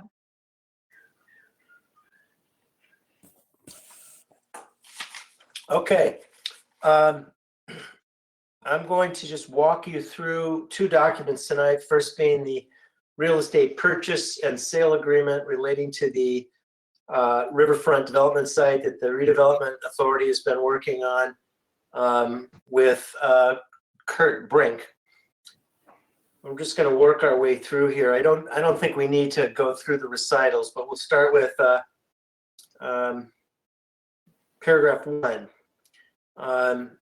The phase 1 land, you'll recall we had quite a bit of discussion about the phase 1 area with Chris earlier, and that's basically the area where the former public works site was located, and that's the phase 1 land. The agreement also refers to, I think, the riverfront site more broadly, and that's the entire site that we discussed earlier. The purchase price in this document for the phase one land is $400,000. And then we'll move into the contingencies.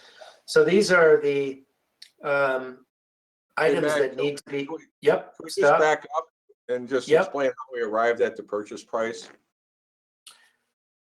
Well, is Dale on the phone? By any chance? Is Dale on the call? Because that was really a process that Dale and the RDA went through to determine what they felt was an appropriate purchase price. Well, let me back up. The purchase price was proposed by Mr. Brink. He backed into that price using a per unit price that he was willing to pay for the land. The RDA, as I understand it, felt that the price was appropriate after considering, among other things, an appraisal that was done by an appraiser probably 2 or 3 years ago now. If Dale at Reeves is on, he may be able to offer further insight into the RDA's thinking about purchase price. He was on earlier, but he might have dropped off. So, okay.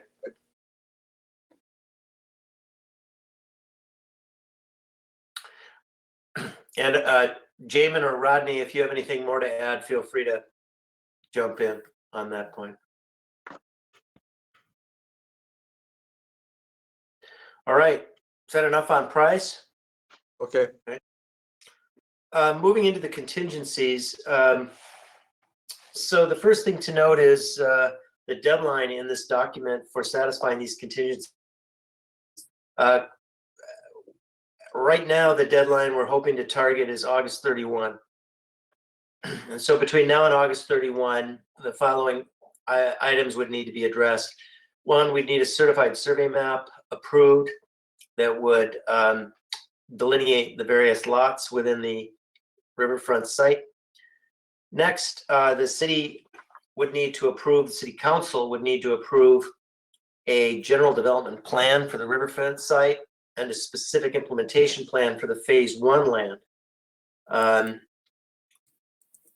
And those approvals would have to allow for approximately 80 unit multifamily building on the phase one land. I don't know that we actually have a conceptual plan yet attached as Exhibit B. That's something we're still waiting for.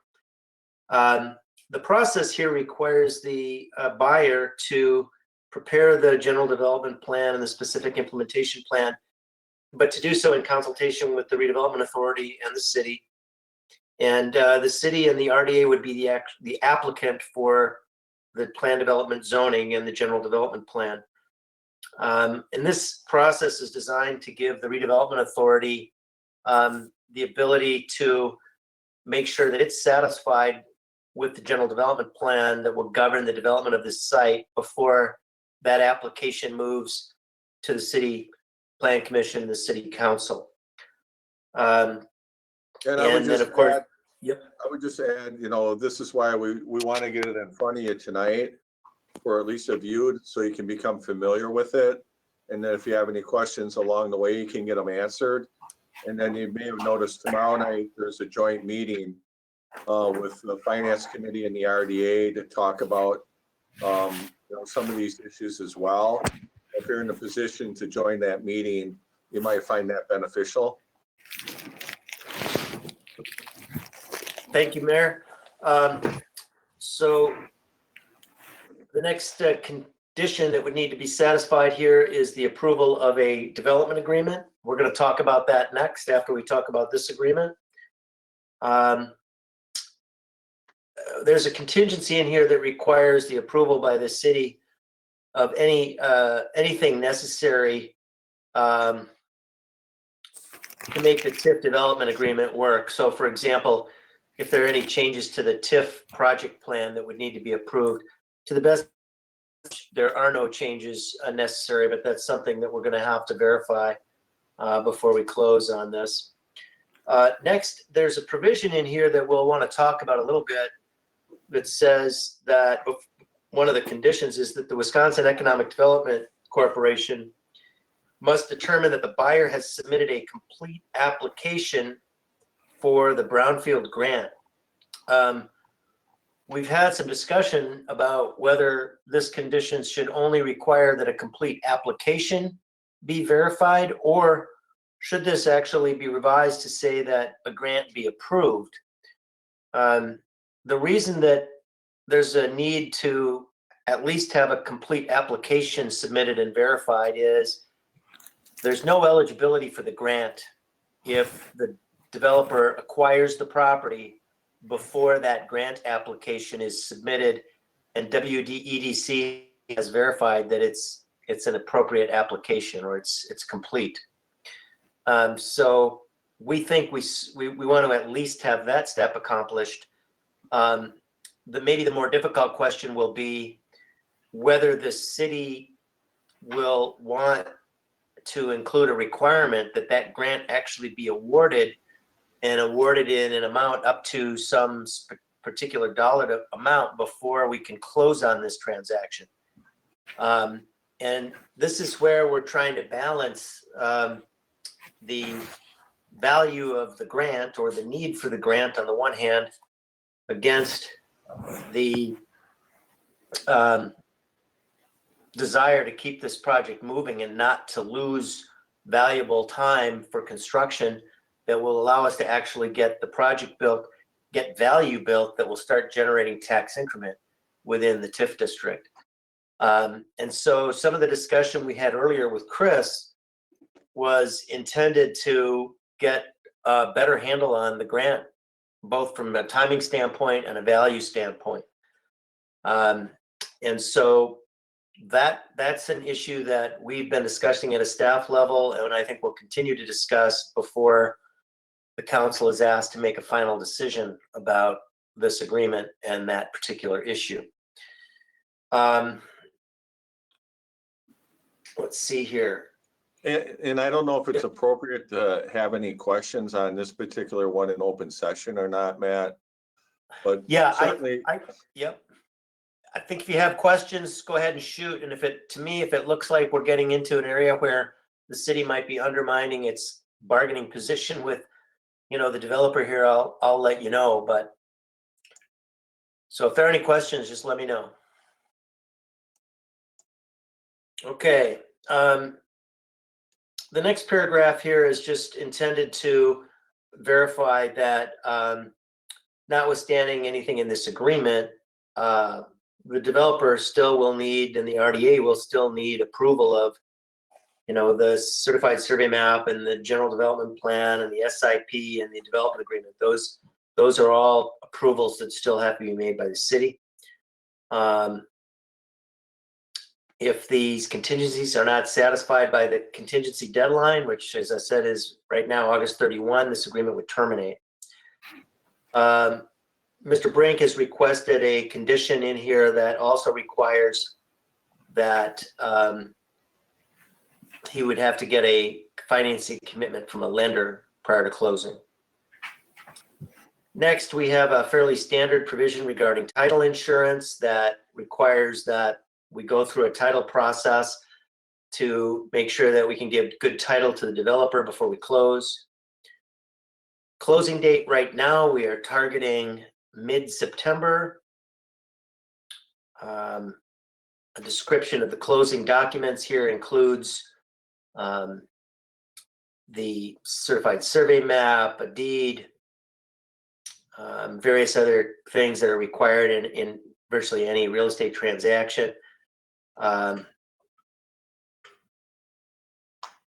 Costs and expenses are addressed, prorations and adjustments are addressed, and these are fairly minor issues that are typical in a real estate closing like this.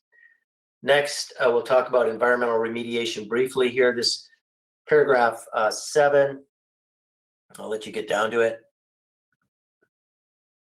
This basically, section 7 indicates an acknowledgement that there is environmental contamination on the site.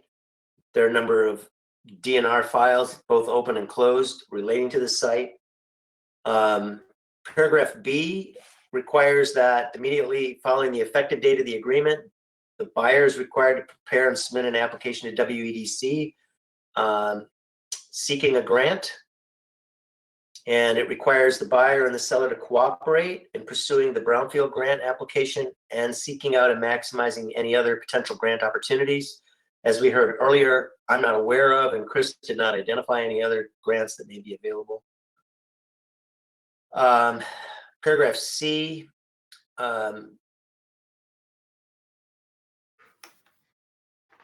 indicates that the buyer would be responsible for the remediation of the existing contamination through case closure. And it indicates that the buyer's obligations in that regard will be set forth in more detail in the development agreement, which we're going to talk about next. Paragraph D indicates that the seller, here the city, would be responsible for all costs in pursuit of case closure that are not covered by the brownfield grant or other grants. And again, that's going to be addressed in more detail in the development agreement, which we'll talk about. Paragraph 8 discusses the development of future phases within the riverfront redevelopment site. This structure gives the buyer here, Mr. Brink, what is being described as the right of first opportunity to develop the next phases in the site.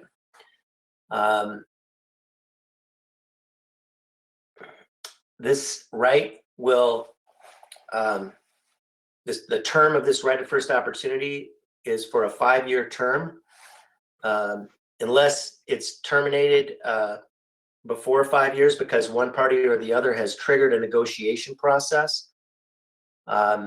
During that 5-year term, the purchase price that the buyer would be required to pay for additional sites would be $5,000 per dwelling unit proposed to be constructed within that next phase of development. It's my understanding that that $5,000 per unit is also how the $400,000 was arrived at for phase 1. During that 5-year term, the city would agree that it would not enter into other agreements concerning the development of other parts of the site without first going through the process outlined here, which would give first the buyer an opportunity to initiate negotiations with the city for development of future phases.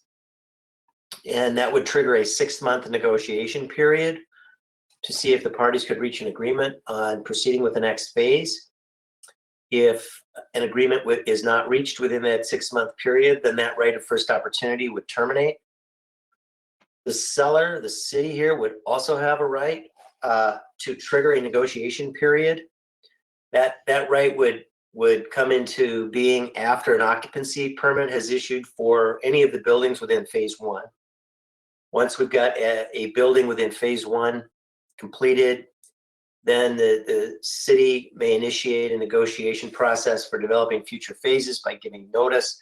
And then there's an 8-month window to see if the parties can reach an agreement on that future phase. If no agreement is reached, then that right of first opportunity would terminate.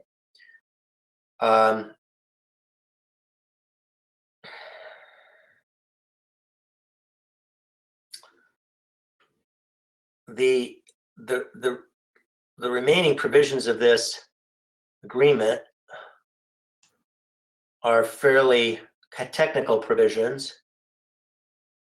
I don't think we need to really get into unless anyone has questions.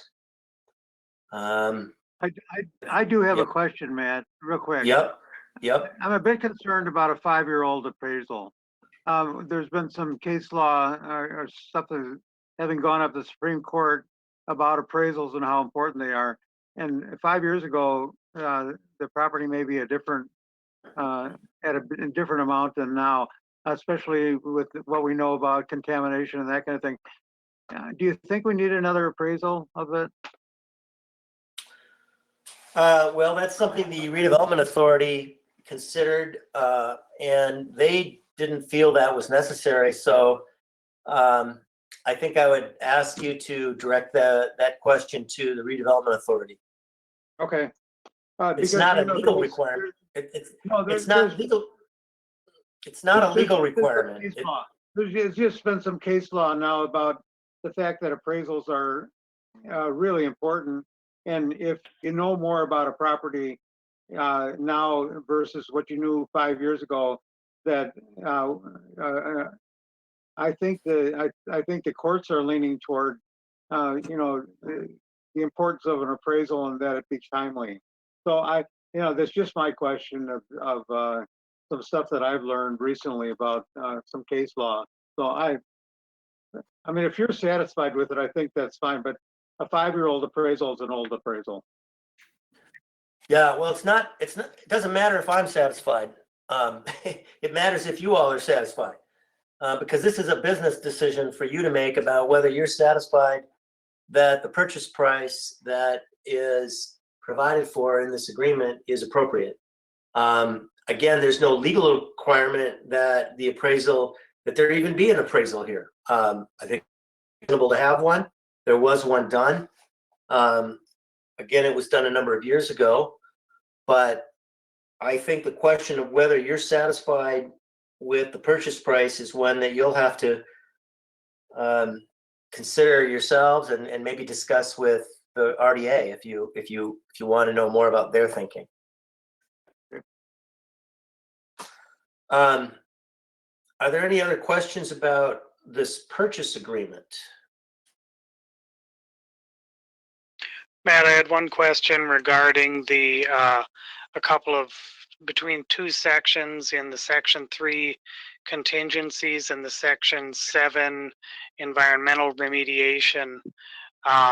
In the contingencies, we've got it set up about, or the language is set up to as an awarded WDEC grant. And I know you talked about that already a little bit in whether that wording needs to change or not. But in requiring that either an amount or something is included in the contingency, but then in section 7, then it's calling for that after the effective date of the agreement that the buyer will prepare and submit an application for the brownfield grant. Is that in conflict? No, let's walk through that. Okay, so section 7 requires that after this purchase agreement is approved, the buyer, Mr. Brink, needs to apply for the grant. Okay, then let's go back up and look at that contingency. The contingency right now is drafted to say that that grant actually has to be awarded in an amount not less than blank. Okay, so the question, and I would appreciate feedback from you all because ultimately this is going to be your decision. We need to decide what your perspective is on this grant issue. So the one way to approach this that would at least preserve the opportunity for a grant, but not guarantee it before closing, would be to change this language to simply say that that this contingency would be satisfied if the buyer has submitted a complete application for the grant. Okay, so then if that's been done, then grant eligibility is preserved. The grant could still be awarded, but you don't know if it's been awarded or not. The way it's drafted right now, you have the opportunity to say, for example, we're not closing on this unless a grant is awarded in an amount not less than, for example, $500,000. What we're balancing here, the trade-off is, on the one hand, certainty over whether you're going to have the grant has some value. On the other hand, that might slow the process down, and it may not be possible to close by mid-September if that's a requirement. And so if we don't close by mid-September, And I will say there's no guarantee here that even if we do close in mid-September, that the developer is going to start construction this fall. He's indicated he would like to, but there's no requirement that he start construction immediately. But I can tell you for sure, if we don't close this fall, he's not going to start work this fall. That's a certainty. So there's the trade-off, and you're going to have to make a judgment about how you want that trade-off to be addressed. And again, you heard a lot tonight about the grant issue and the environmental issues. And you're not being asked to decide this tonight. But we are here. We do have an opportunity to talk about it. We're getting this in front of you so you can start to think it over. But eventually, potentially even at your next meeting, you're going to be asked to make a decision about that issue. Does that answer your question? Yes, thank you. Are there any other questions about the purchase agreement? Okay, let's talk about the development agreement next.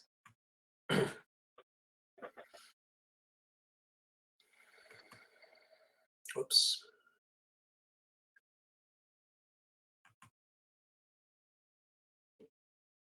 Okay.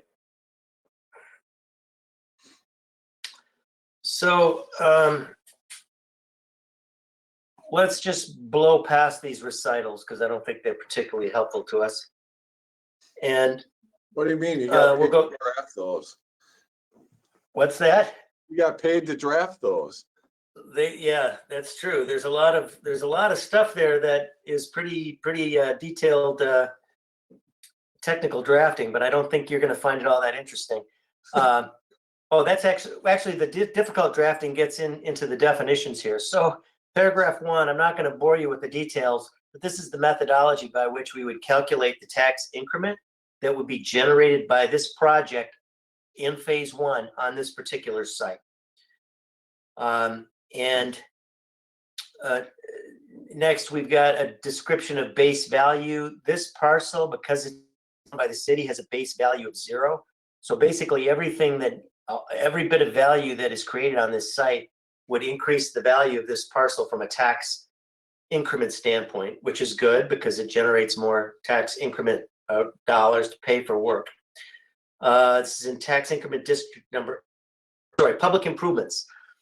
So this refers to the public improvements described on attachment B, which we do not have yet, but the intent here, and we expect to have that soon, is to identify those public improvements that are needed to serve the buildings in phase 1. And as I understand it, that's going to mean the extension of a public street into the development, not all the way in, but part of the way in, water main installation, and that sounds much more extensive, that we may need to loop the entire water main throughout the site, sanitary sewer main installation, stormwater management improvements are the major categories of public improvement work. We met with the developer again this morning, and he is close to sending us his final list of what he believes that public improvements need to be and the cost estimates he has for those. Next, this paragraph 5, again, it describes the existing contamination on the site. We've got a definition here of a materials management plan. You heard a lot of talk about what a materials management plan is from Chris earlier. Remedial action plans, again, you heard Chris discuss what that is. These are both plans to be approved by the Department of Natural Resources. The project here is defined as the construction of 2 multifamily residential buildings in accordance with plan development zoning to be approved by the city. That speaks to that general development plan and specific implementation plan that still need to be approved prior to closing. The phase 1 land we've talked about, the riverfront site we've talked about, value increment, that's just intended to reflect, what the actual increase in value is of this land for purposes of calculating tax increment. So those are the definitions. Moving into the developer's obligations. So first, the developer is required to design and construct the public improvements that are needed for phase 1, and that gets back to that list that we still need. Next, under paragraph C, the developer is required to remediate environmental contamination. That means comply with the materials management plan during the course of constructing the project and the public improvements, and remediate the existing contamination of the phase 1 land and the land on which public improvements are located in accordance with the remediation plans to be approved by the DNR, and again, through case closure. And then next, the developer would be responsible for any continuing obligations related to the phase 1 land imposed in a closure letter at the developer's cost. And the city would be responsible for any continuing obligations relating to the lands on which the public improvements are located that might be imposed in a closure approval letter. So as I understand it, even when you get to case closure, where the DNR closes the site, there may be some continuing obligations attached to that that would have to be fulfilled. The public improvements here would be required to be publicly bid under the city's supervision, but ultimately the contracts that are going to be entered into here for both the public improvements and the project itself are going to be contracts between the developer and the developer's contractor. And you heard me ask Chris earlier a question about the extent to which the city may have an interest in having more control over that relationship. I expect I'm going to want to talk some more with Rodney and Jamin and maybe Chris about that before this comes back to you. Right now, the control the city would have over it is the city, we'll have an approved materials management plan and remedial action plans from the DNR before we close. The contracts are going to require following those plans. So if it's really true that there isn't really much room for discretion or making decisions that could impact price once those things are approved and built into the contracts, maybe control is less of an issue. But I would like to talk a little bit more with our team about that before this comes back to you again. But the public improvements at least would be publicly bid. And one reason for that is that it gives us a little degree of control over the process. Another reason is the city's paying for this work. And because the city's going to pay for this work, I believe we need to follow this, at least require that the contracts be entered into in a way that follows the public bidding laws in Wisconsin. Next, we've got some technical provisions about construction management, traffic control, starting dates, changes to work order, time of completion, and acceptance of public improvements. Those provisions are fairly standard provisions in any development agreement that allow the city to, for example, in the acceptance period, creating a process for the city to evaluate that the work has been done correctly and so on before the work is accepted and finalized.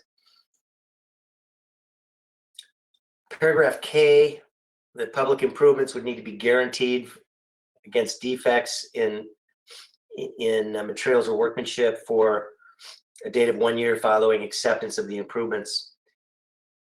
Then paragraph L, surety.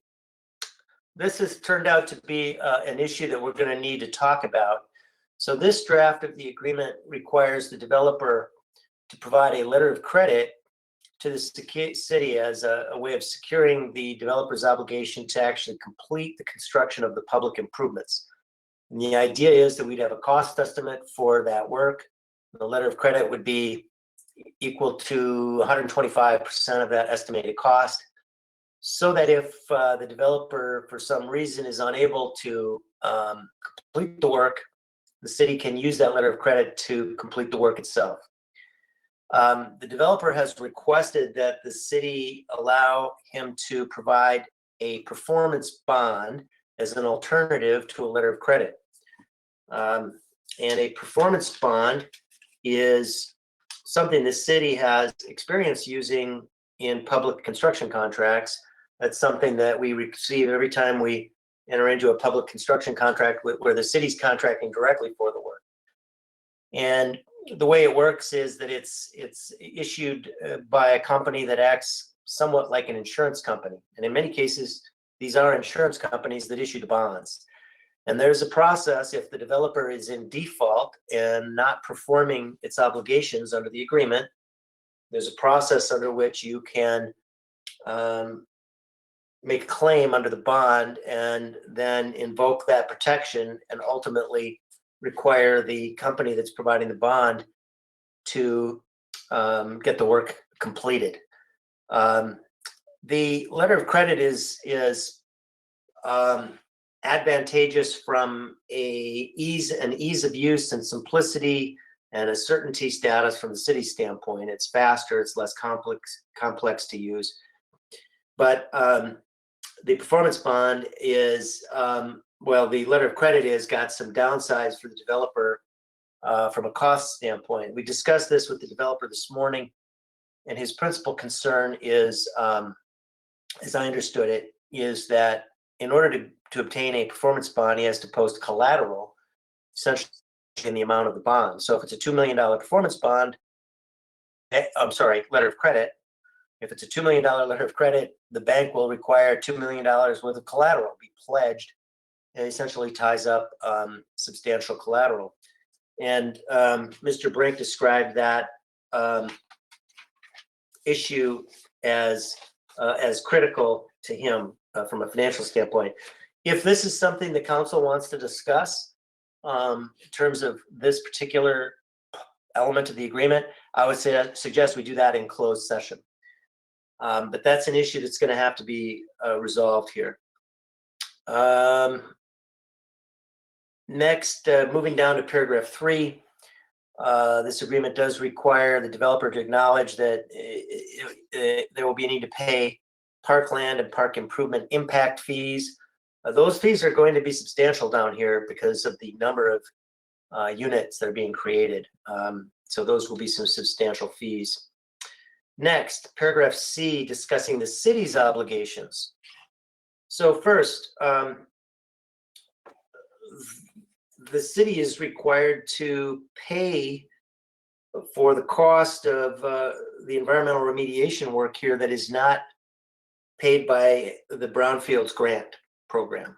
So anything that's not paid for by the grant is going to be defined as a reimbursable remediation cost.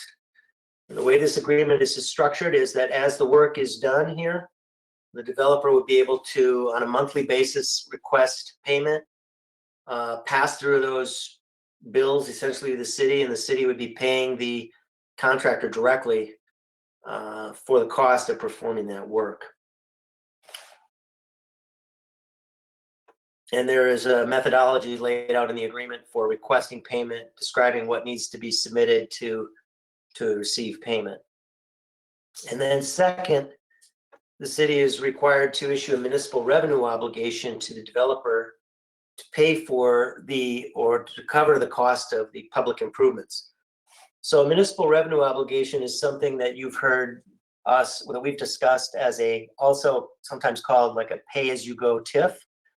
So this is a situation where the city would be using tax increment to make the payments on this revenue obligation over time.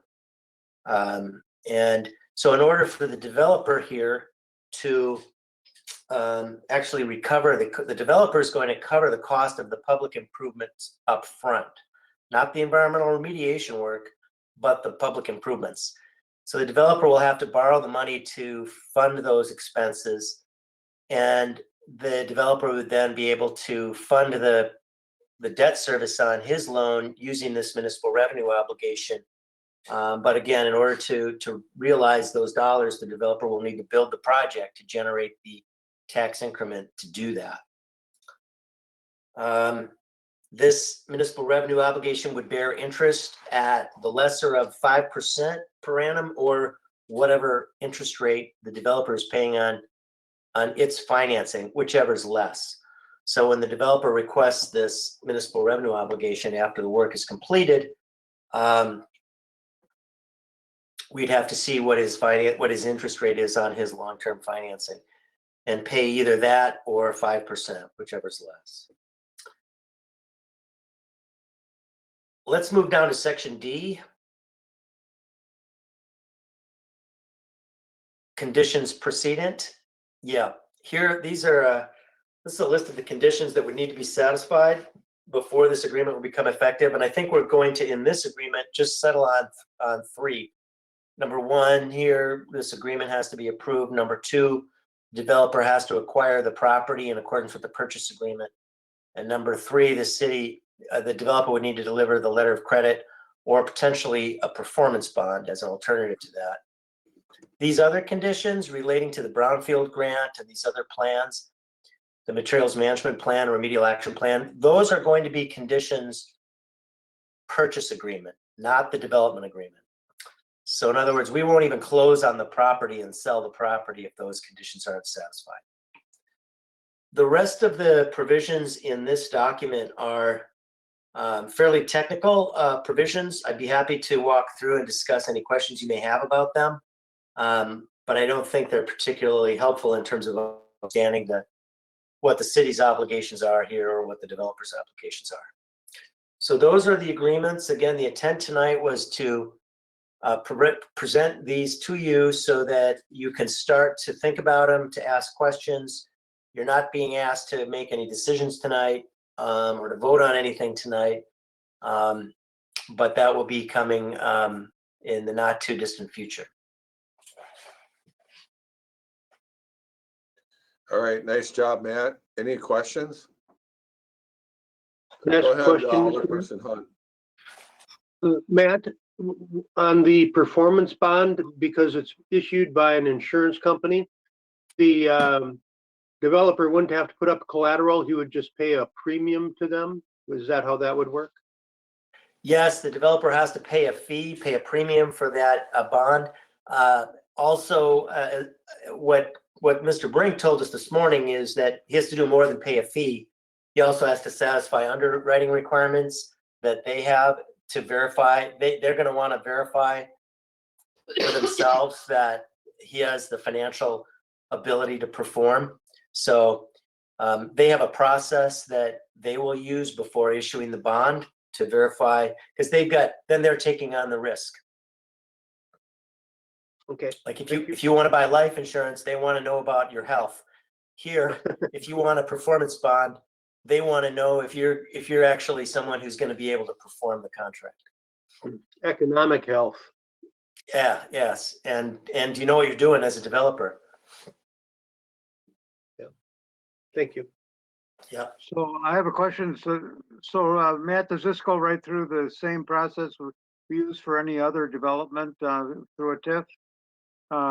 Local education, school board and other. Well, so in this particular case, the tax increment district TIF 8 has already been created. So that has been done. Unless there's a need to amend the TIF project plan, we won't need to do that again. The city's already approved a TIF for this. That was my question, whether or not there's going to have to, whether anybody anticipates that this is going to have to be looked at again or revised through the TIF process. Jamin, if he's on, would be in a better position than I am to, maybe he would. So I haven't reviewed the project plan eligible costs and compared them specifically to this agreement. But my understanding is that TIF project plan was designed with this very project in mind. So my hope is that everything we need is in the TIF plan. Any thoughts about that, Jamin or Rodney?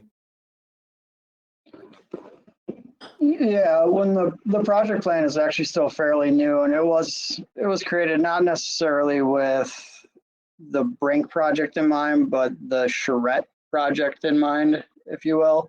And there's also kind of general enough wording in there that costs are eligible if they benefit the TIF. So that's really the argument that we need to make with specifically like the environmental remediation and things like that. We just have to do the analysis whether or not it actually benefits the TIF. But in terms of the development and the incentives and things like that, they're built into the plan. We'll do a deep dive into it, but my initial thought is no, we won't have to amend the project plan to do this.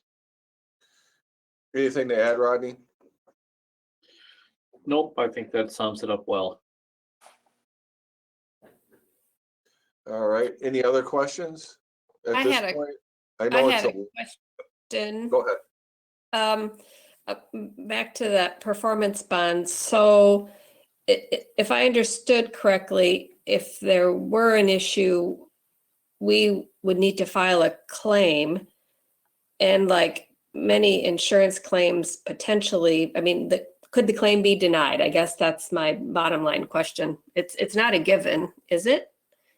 Does it work like Well, other insurance claims?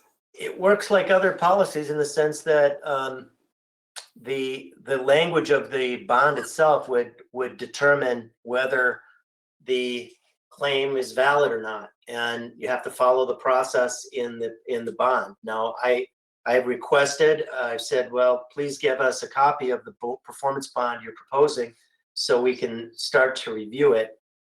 So we would review it carefully and make sure that it does lay out a reasonable process that would allow the city to make a claim on it.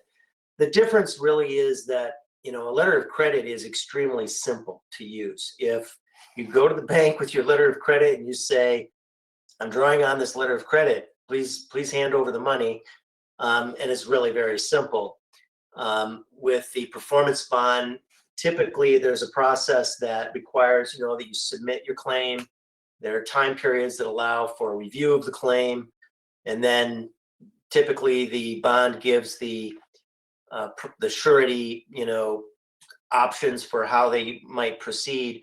In my mind, the difference is as a practical matter, the difference here from the city standpoint may involve how long it takes to get through the process and finish the work. And so it might mean that it takes longer to get through the process than it would if you had a performance bond. So you need to, I guess, balance that on the one hand against what the developer is telling you, which is that this is a critical issue for him from a financial standpoint. And I imagine at some point, we'll probably hear from Mr. Brink as we did this morning. As we move forward and we get closer to a decision-making process. And once we have that example of what it would look like, I think that might answer a few questions as well. I've never seen one. I don't know, Matt, I assume you've seen them, but. Well, I've seen many in the context of, as I say, public construction contracts where we're contracting directly with a contractor. I have not used one yet in circumstances like this where we're using it to secure a developer's obligation to us. So, I'll have to make sure the language really fits that scenario. And again, we will ask the developer to give us the form of the bond before you're asked to make a decision about this so we can see it and review it. And we do have some experts on the RDA that can help with that conversation as well. Mr. Go ahead, Mayor? Sid. Yeah, I wonder why tonight you're anticipating that we may need to go into closed session, because I think we're at the kind of fairly early stages of this, but I just don't know where that's coming from. Well, Why should we go into closed session? yeah, you may not need to tonight. Tonight was a presentation mainly. I guess if any of you feel like you want to start having a more substantive debate about how to respond to the developer on this performance bond issue, for example, and you want to do that in closed session, we have the opportunity to do that tonight. My sense is that we've given you one heck of a lot of information tonight. And I think we just need to give you guys time to let it sink in. And we were hoping that we would come back at the end of April and that you'd be in a position to make a decision at that time. And maybe that'll be the case, maybe it won't. But the other thing I'll say is when that was our schedule, at least on the development agreement, and when that was our schedule on both of these, that was when we were trying to hit closing in the middle of the summer of July.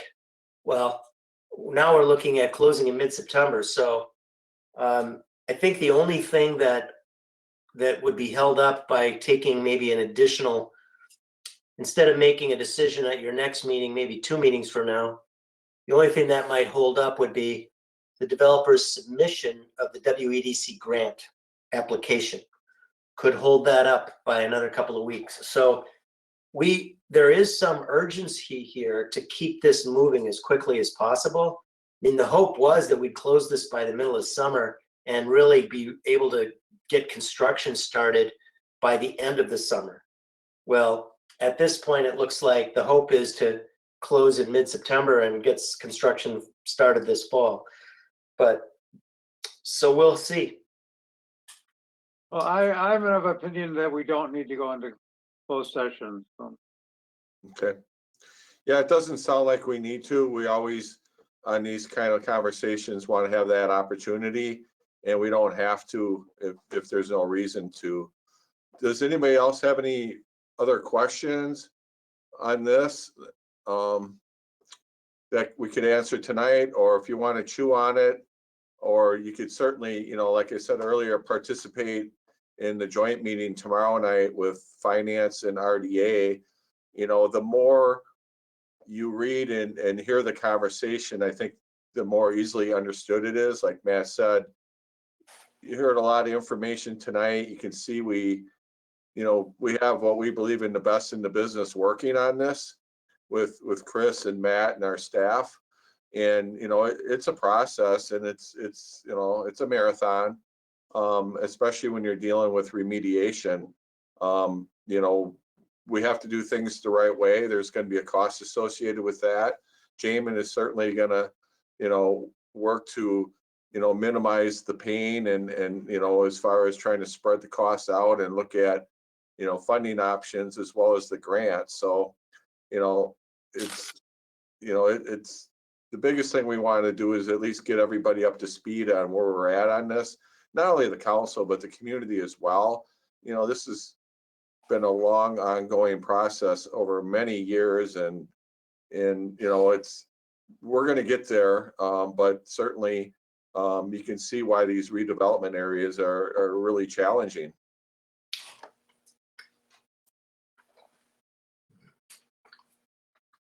Anybody else have any final thoughts? All right, hearing none. Sid, I would move to adjourn. Is there a second? All right, any discussion? Hearing none, all in favor say aye. Aye. Any Happy opposed? retirement, Sid. Yeah, I'm vehemently opposed to doing that. I think Happy you've retirement, overruled. Sid. All right. Thank you, Sid. Thank you. We Sid. are adjourned. Stay Bye-bye. well, everybody. You too.